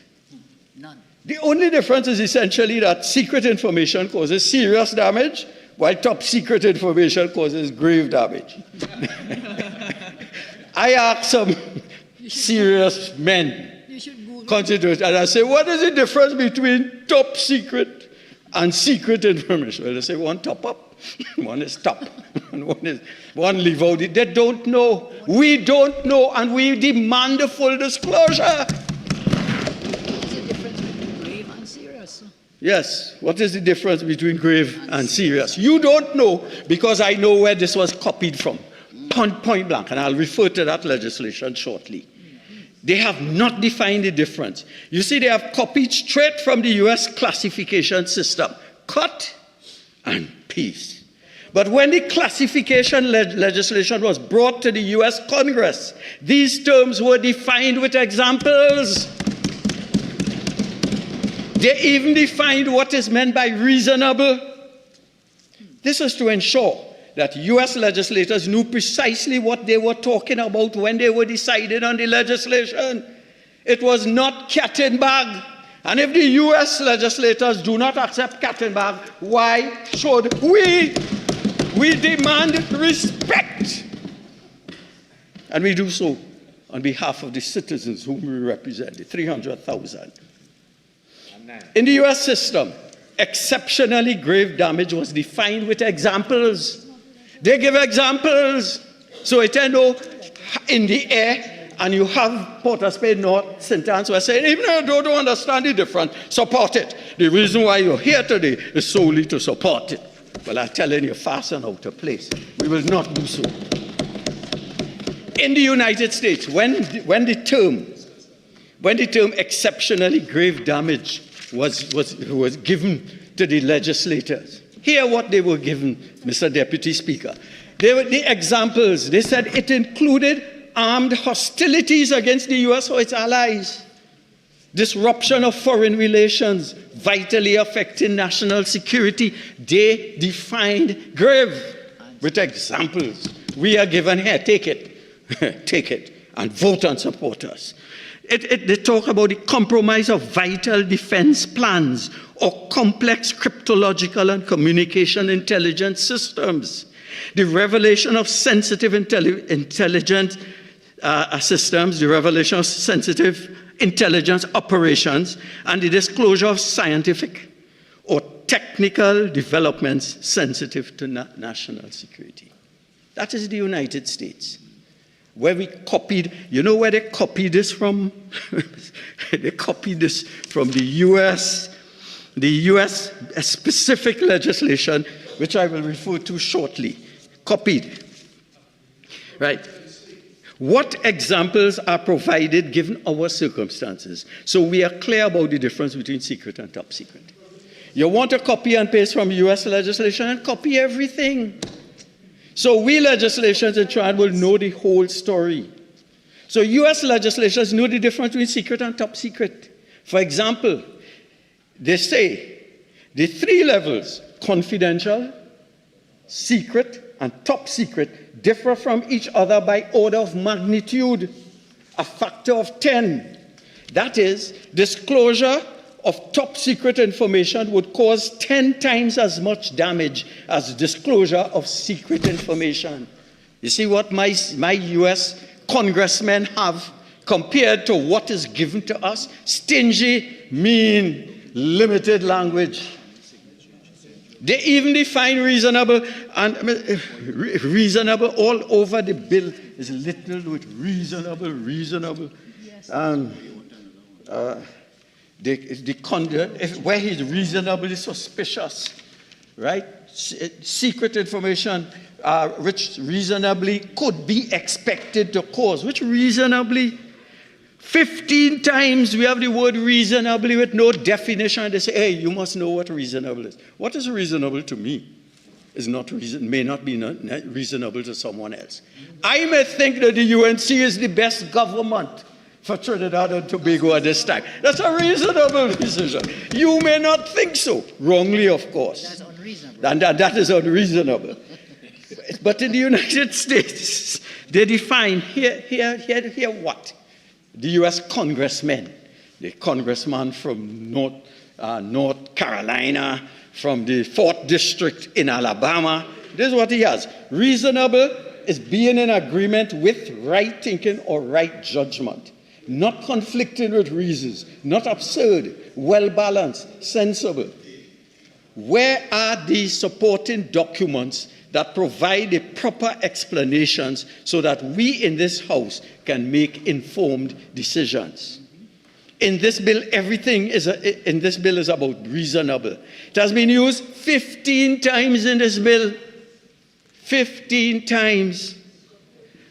But it is too subjective if it is not defined. It is too imprecise, and it is not measurable. In short, it lacks specificity. Sometimes I get the impression, Sir Deputy Speaker, that language in these, what I call forthright bills that are presented to us, are deliberately defined loosely so that their legal financiers can get briefs to disentangle the obfuscation. And I have no doubt that some of the monies end up in a place which we shall not call, but which I had privy to in my earlier days when I sinned against God and was a member of the PNM. The law, this law, is only applicable to the small fries.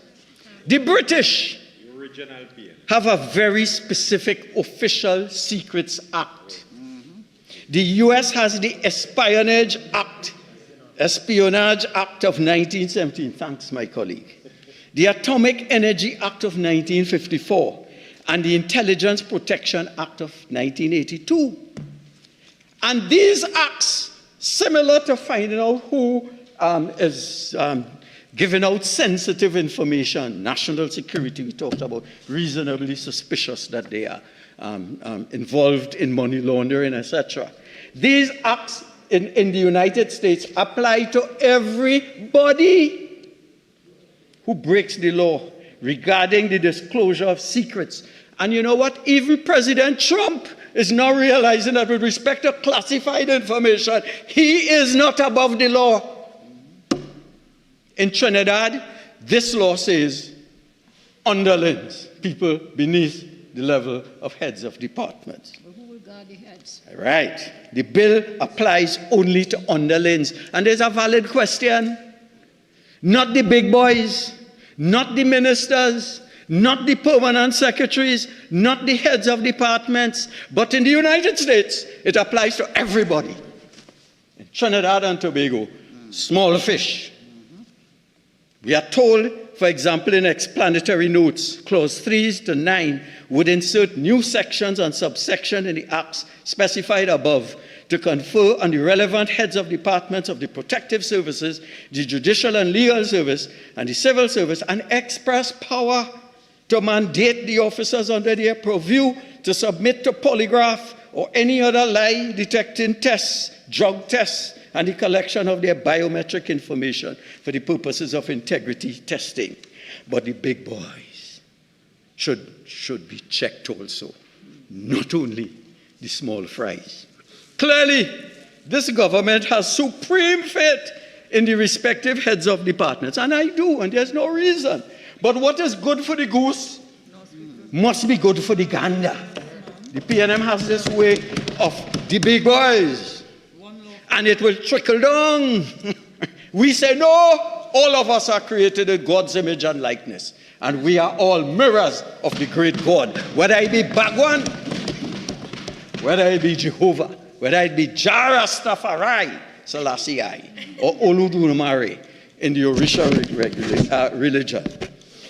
But it was the Prime Minister himself, the Honorable Keith Christopher Rowley, who said publicly that he had no faith whatsoever in a previous commissioner of police.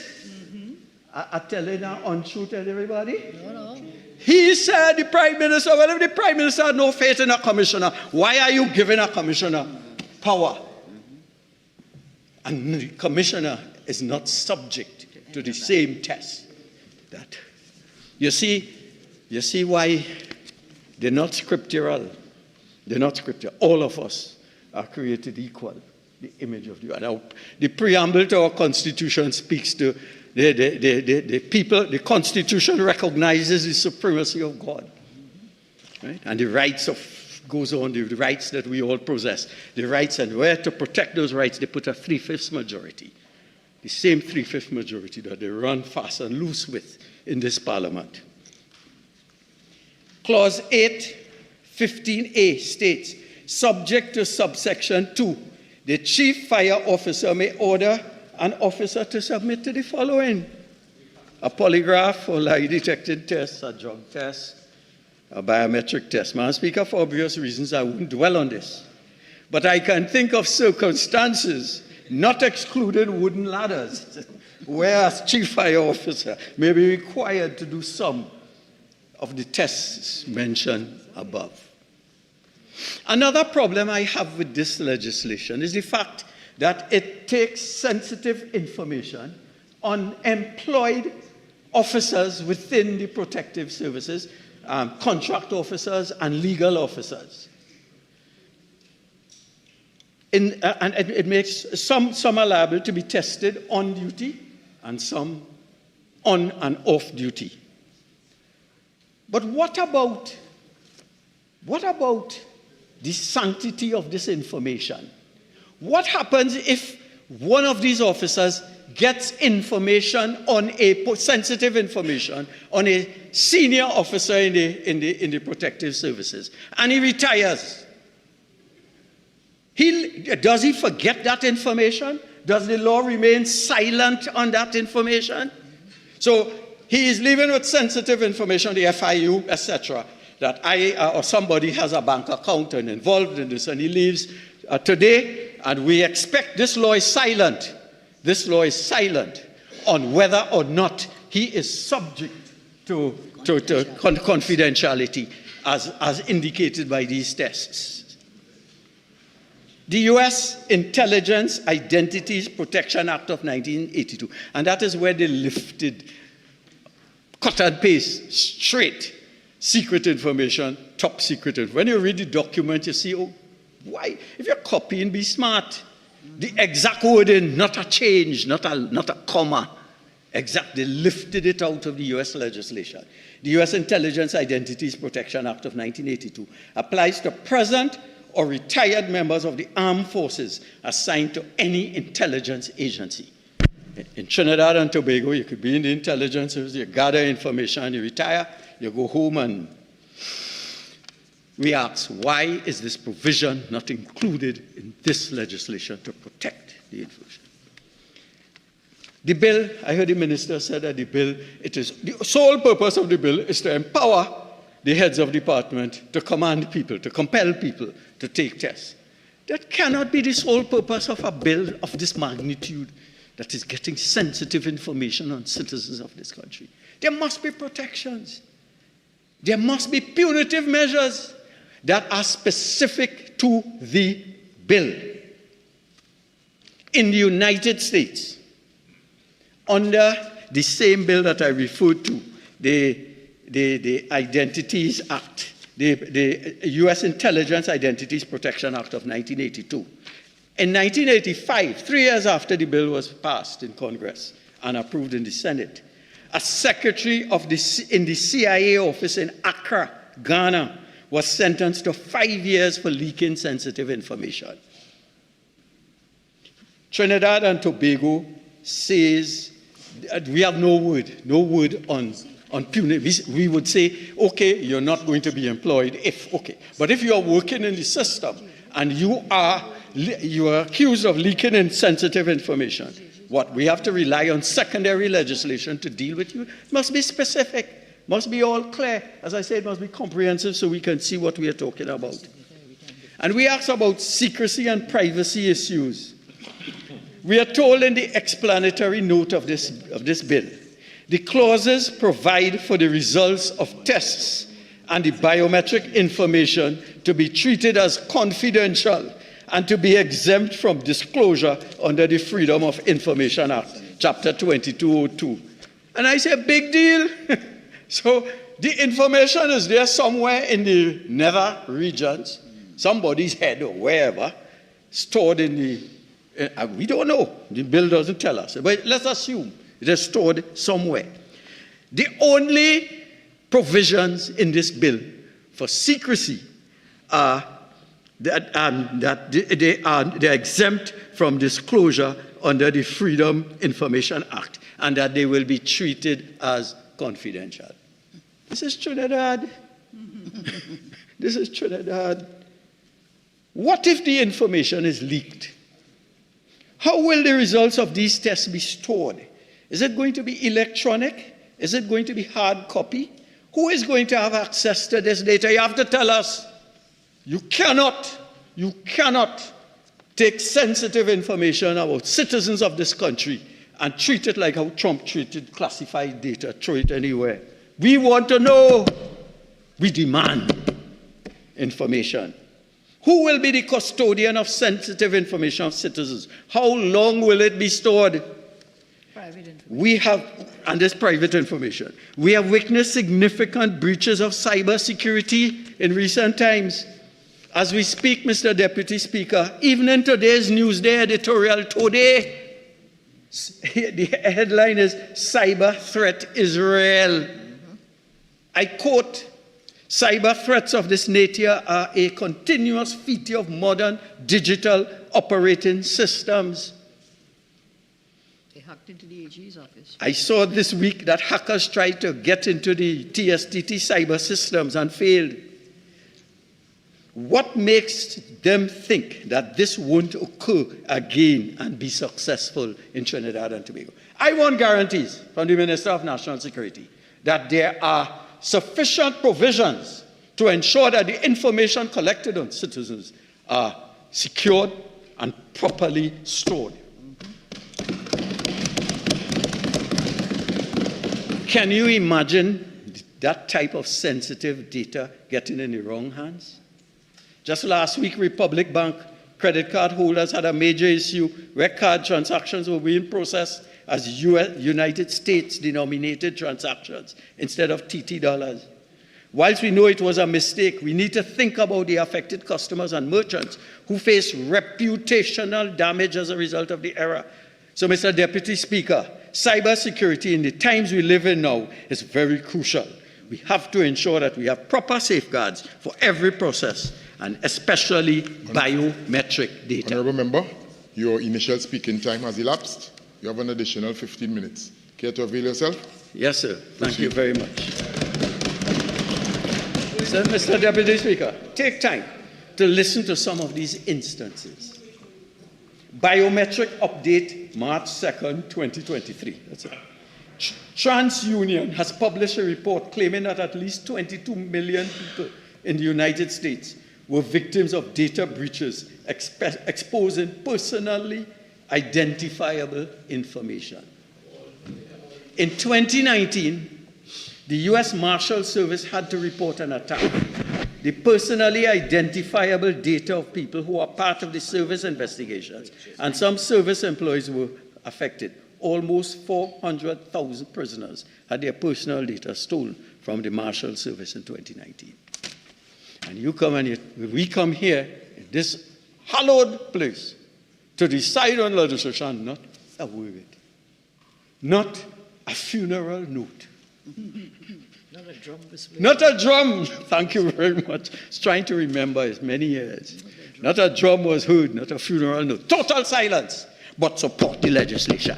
The opposition is here today to support the legislation. I said, no way, until you treat with some of the concerns that we have raised.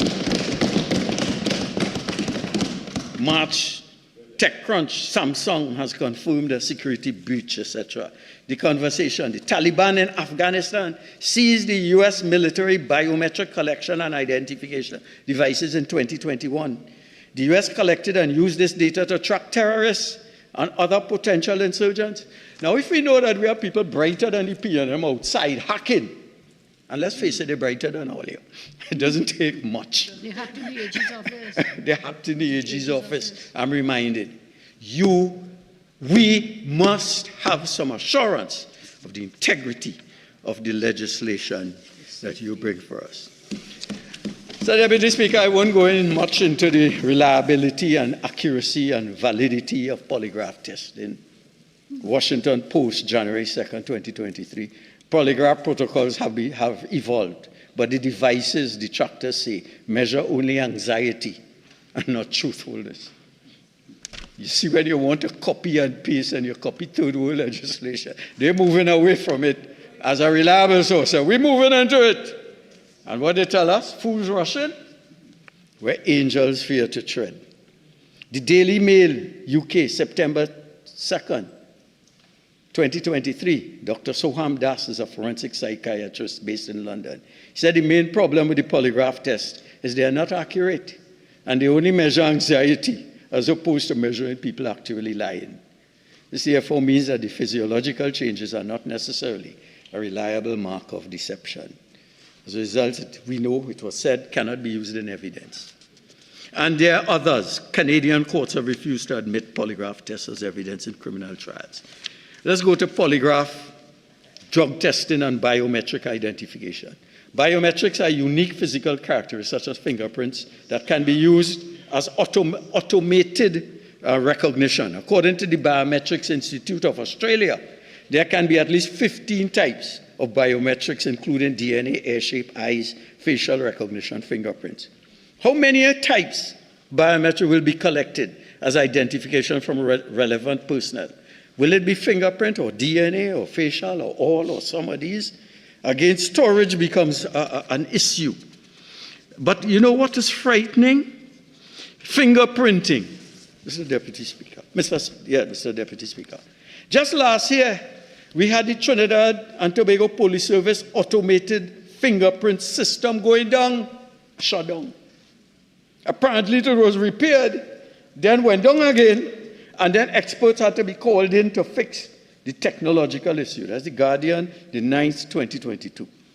Brings up the question of whether we can truly rely on these systems. In a situation like this, what will be in place if the system breaks down? Do we have enough to start with? Why do we have to bring experts to address the issue?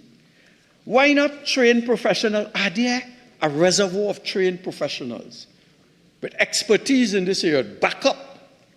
Are scholarships given so that we could rely on our own expertise to deal with these issues? Not a word, not a funeral note, but we must support the bill. Will all these things be an issue with polygraph, biometric data and polygraph testing? Will the government create one body who oversees all tests? Or will there be a department within each national security arm named in this bill? If that is the case, that is a whole gap. New people with new expertise coming into the Ministry of National Security. They already do not know how to spend money. Read the ladders. They do not know where are they going to get the finances to employ all these people? How are they going to be trained? How are you going to show standardization across all departments of the service? estimates of expenditure. Was it included? Correct. Was it included in the estimates of expenditure? So you come in, hey, support the legislation, it's crucial, you have to support, but there's no money.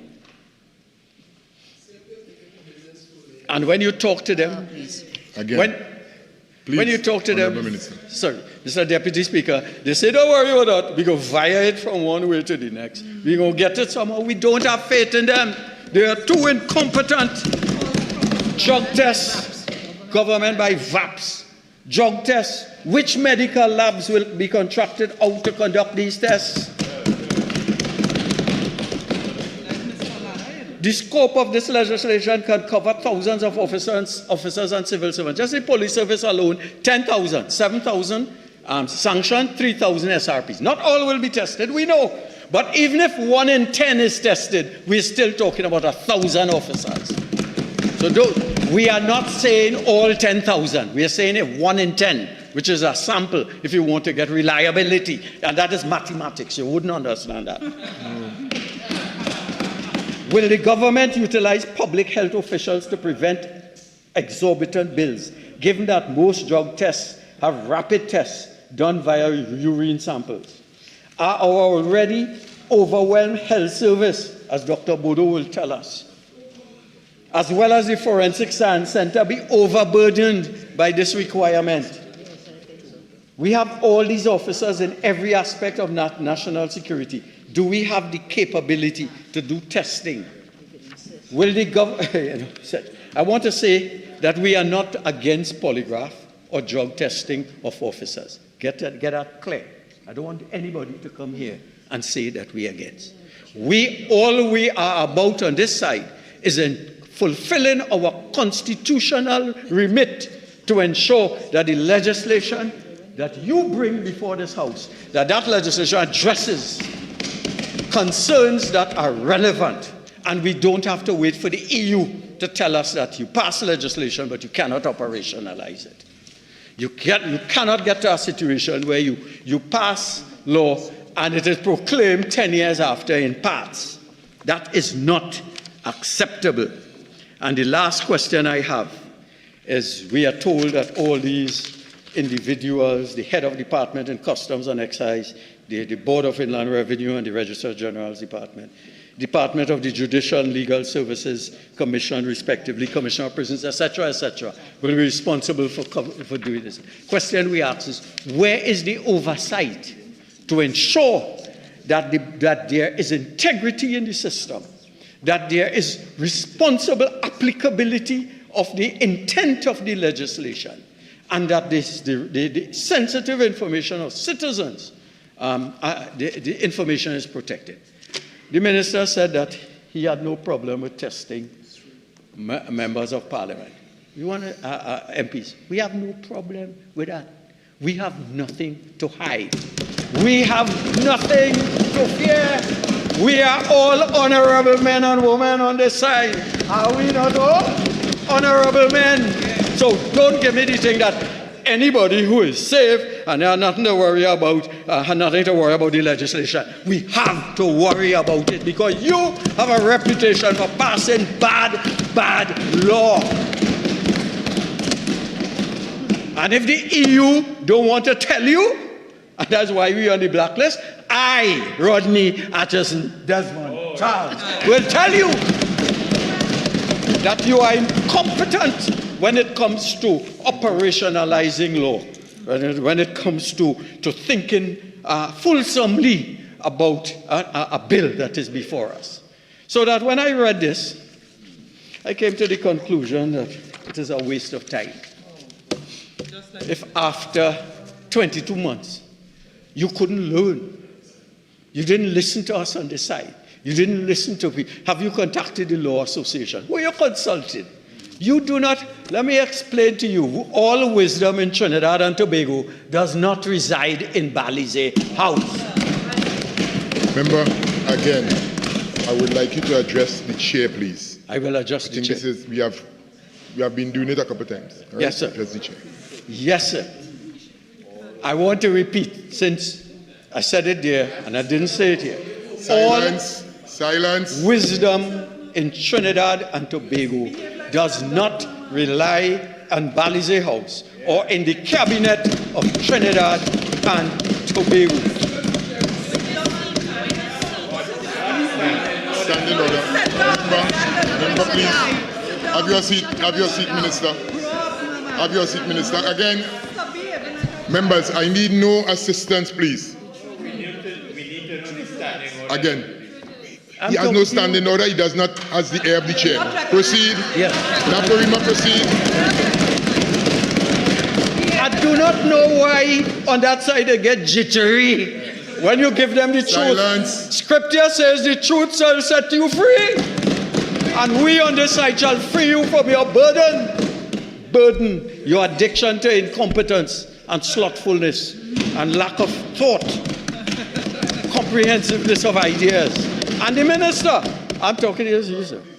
Personal, address the chair and let's stick to the bill. You just have a couple more minutes. Yeah. Proceed. I won't take all my time, Mr. Deputy Speaker.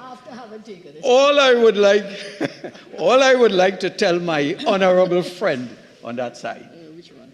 I will be specific. The Minister of National Security.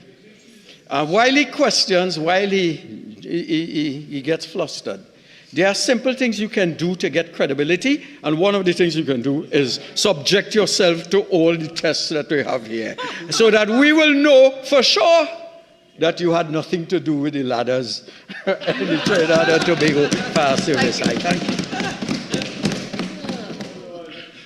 you. I recognize the member for Port of Spain South. Mr. Deputy Speaker, the contributions by the Honourable Member for Naparima and how he beat his chest reminded me of the scripture where the man went up to the altar and said, "Oh, how great and how holy I am," and he aggrandized himself. I want to start by referring to the Honourable Member. He quoted the book of Mark. But what about the book of Ecclesiastes, chapter 3? To everything, Mr. Deputy Speaker, there's a season and a time to every purpose under the heavens. This is a time in Trinidad and Tobago to be serious about the fight against crime. This is not a time to come to Parliament and puppy show yourself and take serious business and make it into a joke. I am appalled, I must say, because for his seniority, I am very disappointed, Mr. Deputy Speaker, in that paltry contribution and that bringing of this House, this honorable House, into disrepute as if we are in a comedy show. Because that is all that was. It was devoid of substance. It was devoid of content. Up to now, it did not address the issue. Members, please. Colleagues, each member, rest assured, will have the opportunity to enter the debate. Do you see the running commentary on both sides? Please, I only recognize the member for Port of Spain South. Hoover South, I do not recognize you. Proceed. Mr. Deputy Speaker, I'm standing I do on not a standing recognize order. you. What's the standing order? 48.6, the member insinuated that my colleague, the MP for Naparima, during his contribution, brought the House into disrepute. Okay, thank you. Overruled. Proceed. Thank you, Mr. Deputy Speaker. And the St. Augustine, member for St. Augustine, I do not need no assistance. I do not need no assistance. Proceed. Mr. Deputy Speaker, on this day, at this time in Trinidad and Tobago, when I heard the contribution of the Honourable Member for Barataria Sanwo, when he said, "What is the urgency of bringing this legislation?" He is living under a rock. Isn't he seeing and experiencing the urgency of bringing confidence in the criminal justice system and in the administration of justice and persons and operatives in that area in order to combat the scourge of criminality in Trinidad and Tobago? That is the urgency, and that is why this bill has been brought back at this time. Because this bill is about, Mr. Deputy Speaker, the improvement in the administration of justice and in assisting in the fight against crime. The bill provides a regulatory framework for the conduct of lie detection, drug testing, the collection of biometric data, personal information for critical office holders in this country, office holders who are responsible mainly for the fight against crime. Up to now, I have heard 2 speakers, and not one of them have addressed that issue, and they expect the electorate and the citizens to take them serious. Mr. Deputy Speaker, we are about serious business in Trinidad and Tobago at this time. And Honorable Minister of National Security, we commend you for taking this course of action in trying to arrest the criminality in Trinidad and Tobago at this time. Mr. Deputy Speaker, the bill in sum seeks to give the relevant heads of the protective services in special and very limited circumstances the ability to subject officers to testing for drugs, for polygraph. The bill will ensure that the members of the protective services, as well as certain officers in the civil service, are held to the highest standards of integrity. What is wrong with that, Mr. Deputy Speaker? What is wrong with holding the persons who we entrust, who the citizenry entrust in operating our systems of justice, our systems of law and order, of holding them to a higher standard? The legislation ultimately, in our view, if passed, will increase the public confidence in those who hold critical positions in the administration of justice. I heard a submission, it was, Mr. Deputy Speaker, sometimes, if it is not your area of speciality, maybe you should leave it alone. There was a submission by the Honourable Member for Naparima that there is a discrepancy in the definition of secret information or top secret information. Obviously, it is a distinction of degrees, and the legislation itself deals with it, because secret information means information which reasonably could be expected to cause serious damage to national security if disclosed without prior written authorization. And top secret information means information which reasonably could be expected to cause exceptionally grave damage to national security if disclosed without prior written authorization. What they want to do here, what is their submission is you must put what is grave, exceptionally grave damage, and then you must put what is serious damage. Mr. Deputy Speaker, in the operationalization of the bill, of the legislation, all of that will come out. You don't have to define or give an example of that in a legislation. I don't know where they get that from. And then I heard an even more astounding submission that the regulations, not the Parent Act, but the regulations would need a passage by a 3/5 majority. Where in law? Come on, members. Let's get serious. Let's get serious. Come on.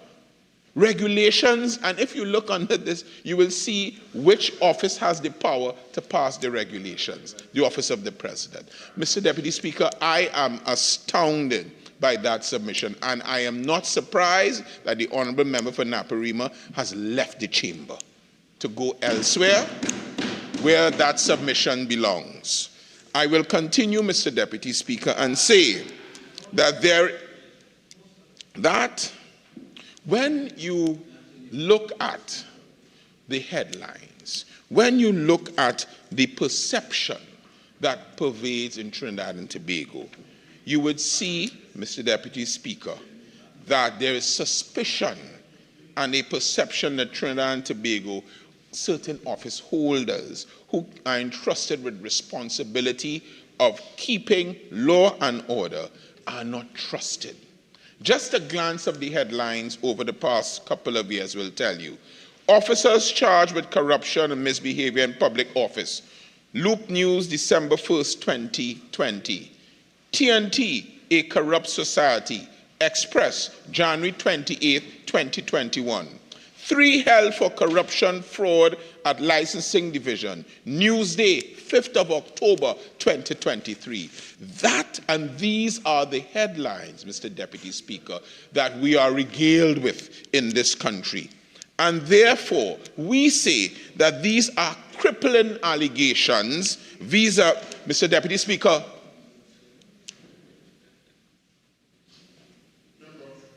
Thank you.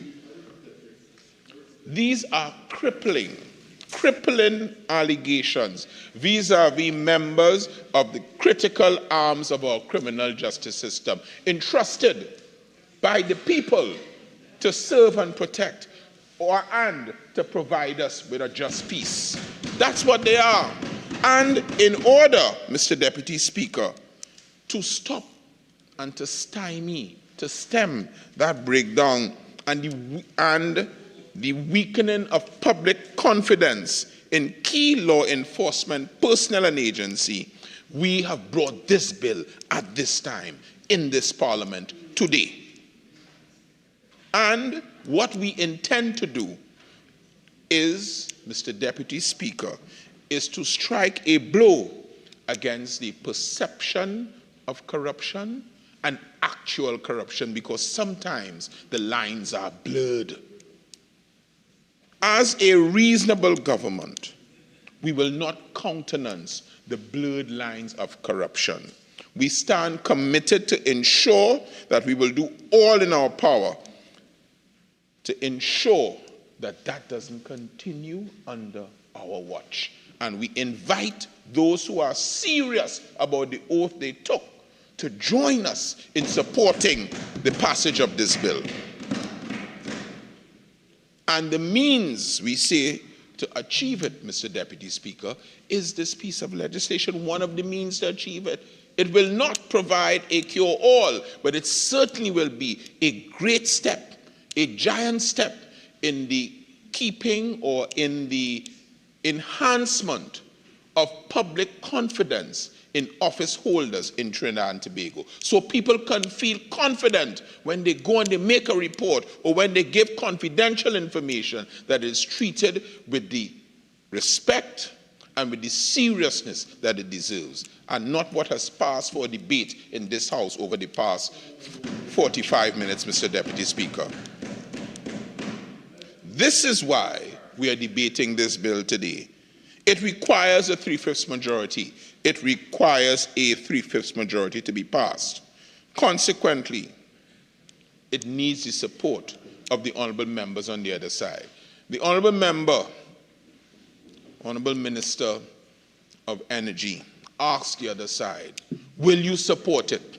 Mr. Deputy Speaker, they dance like Fred Astaire, and up to now, they haven't told us if they will support it, because what you heard coming from them really is, well, if you include the senior officers, we will support it. If you tell us what top secret as opposed to secret means, we will support it. So can we take it that if we do a division and we say, let us go into session, and we include that they will support it, Mr. Deputy Speaker? I wonder if by their words they will be held to account if we do that, Mr. Deputy Speaker. I think not, but we must do what we have to on this side, and we will invite them to let their conscience be their guide and support it, Mr. Deputy Speaker. Mr. Deputy Speaker, we say that the time for the passage of this bill is now. Now is the time, not 12 months ago, as they say, or 22 months ago when it passed. Now is the time, and we are now in the here and now. And to show that you are serious about individual honesty and integrity in crucial areas such as national security, the judiciary, those involved in criminal investigations. If you are serious about integrity in these areas, you will support this bill today. Don't hold candlelight vigils or hold meaningless press conferences if you don't support this bill. Put your vote where your candle is, Mr. Deputy Speaker. Don't just give us vacuous promises, words that mean nothing, and when the time comes to support legislation that will help to stem this tide that is facing this country, you sit down and you make a mockery of it instead of being serious about what is before this Parliament this afternoon, Mr. Deputy Speaker. So I say to the honourable members on the other side, and I see Oropuch East is well in tune, choose ye this day. Choose ye this day, Mr. Deputy Speaker, and serve what is right. Do the right thing, Mr. Deputy Speaker, and support this piece of legislation. But we will see, and time will tell, what this piece of legislation also tries to achieve, Mr. Deputy Speaker, is to have built-in mechanisms that will ensure integrity in critical areas of the administration of justice. So, for example, the Defense Force. Mr. Deputy Speaker, it doesn't take great imagination to make a submission that personnel of the Defense Force in Trinidad and Tobago needs to be of the highest integrity and honesty. The police service. It does not take a submission that is far-fetched to say to the country that it's important that persons who are entrusted to protect and serve are of the highest integrity and will withstand any polygraph test, any biometric data collection, any lie detector, any drug test, Mr. Deputy Speaker. How is that so alien to the proper administration of the police service? The fire service, they talk about, Mr. Deputy Speaker, things that are serious. They talk about the wooden ladders, as if that is something to be happy about.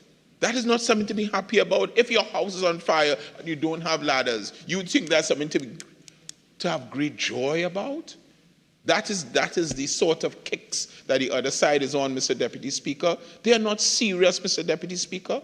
That is why I started with Ecclesiastic 3, because there's a time and purpose for everything under the sun. And this is the time to be serious about Trinidad and Tobago in order to take us into the next decade, and to take us into the next decade with good governance, which is P&M governance. That is what I say, Mr. Deputy Speaker. The legislation seeks to ensure that these office holders are not engaged in any activity whatsoever that is contrary to public duty, a public duty that they took an oath to perform. Mr. Deputy Speaker, these are high principles. The proposed legislation also empowers the office holders to collect biometric information, and this is the purpose that I want to address you on. Mr. Deputy Speaker, the first is the officer who performs any intelligence or counterintelligence functions. An officer is assigned to a section or a unit or department where top secret, confidential, or sensitive information is accessed, processed, or stored. The officer is part of or involved in an ongoing investigation involving economic laws such as theft, embezzlement, misappropriation, serious or complex fraud, or an act of sabotage or espionage or money laundering. The officer has had access to property, information, or files that may be the subject of an investigation, or there's reasonable suspicion that the officer was involved in a serious incident under investigation, or there's reasonable suspicion that the officer is suspected of or involved in misconduct in relation to an ongoing investigation by law enforcement into the commission of a serious criminal offense. Mr. Deputy Speaker, these instances that permit the head of department to conduct these tests are serious instances.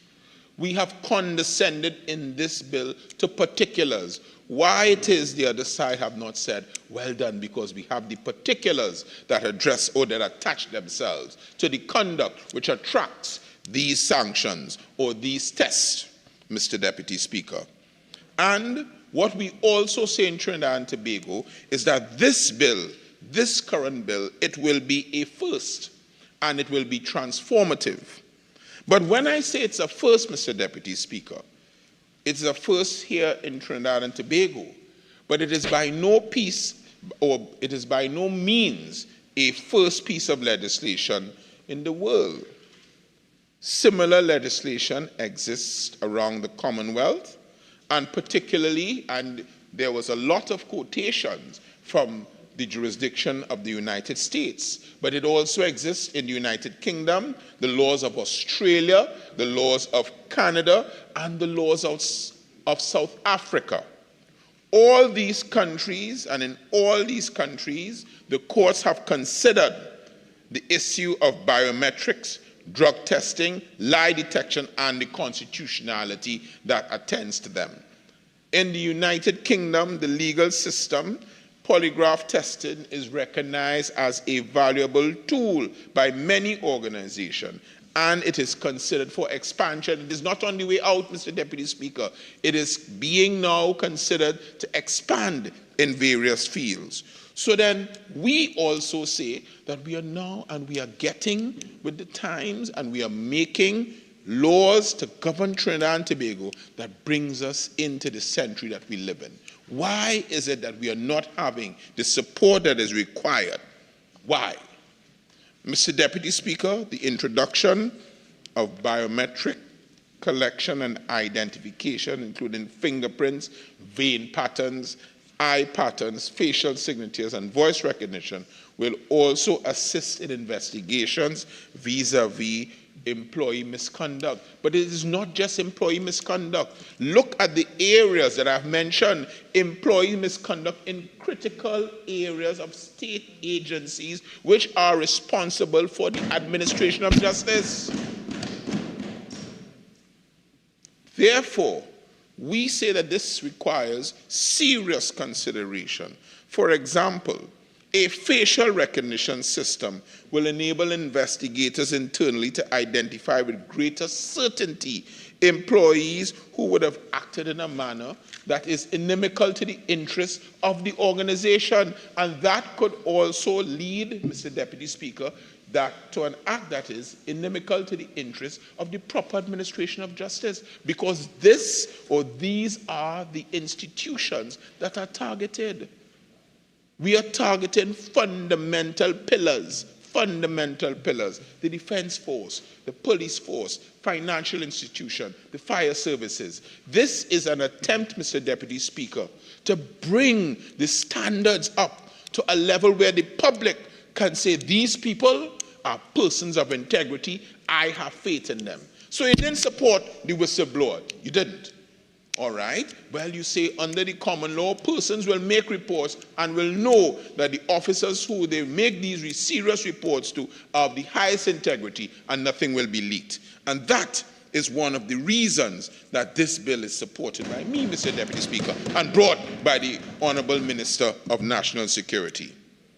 Mr. Deputy Speaker, this bill will serve as a deterrent. It will serve as a deterrent to employees who are minded, and not just employees, I harken back, employees in critical areas of the administration of justice in Trinidad and Tobago, who may be minded to engage in misconduct.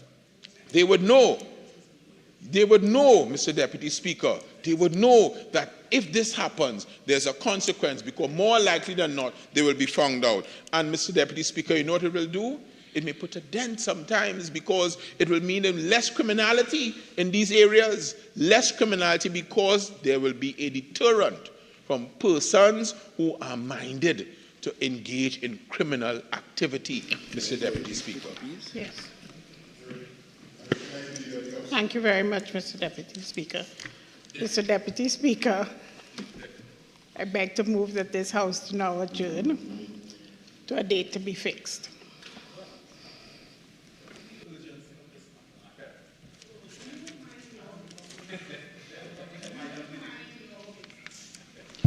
Thank you, members.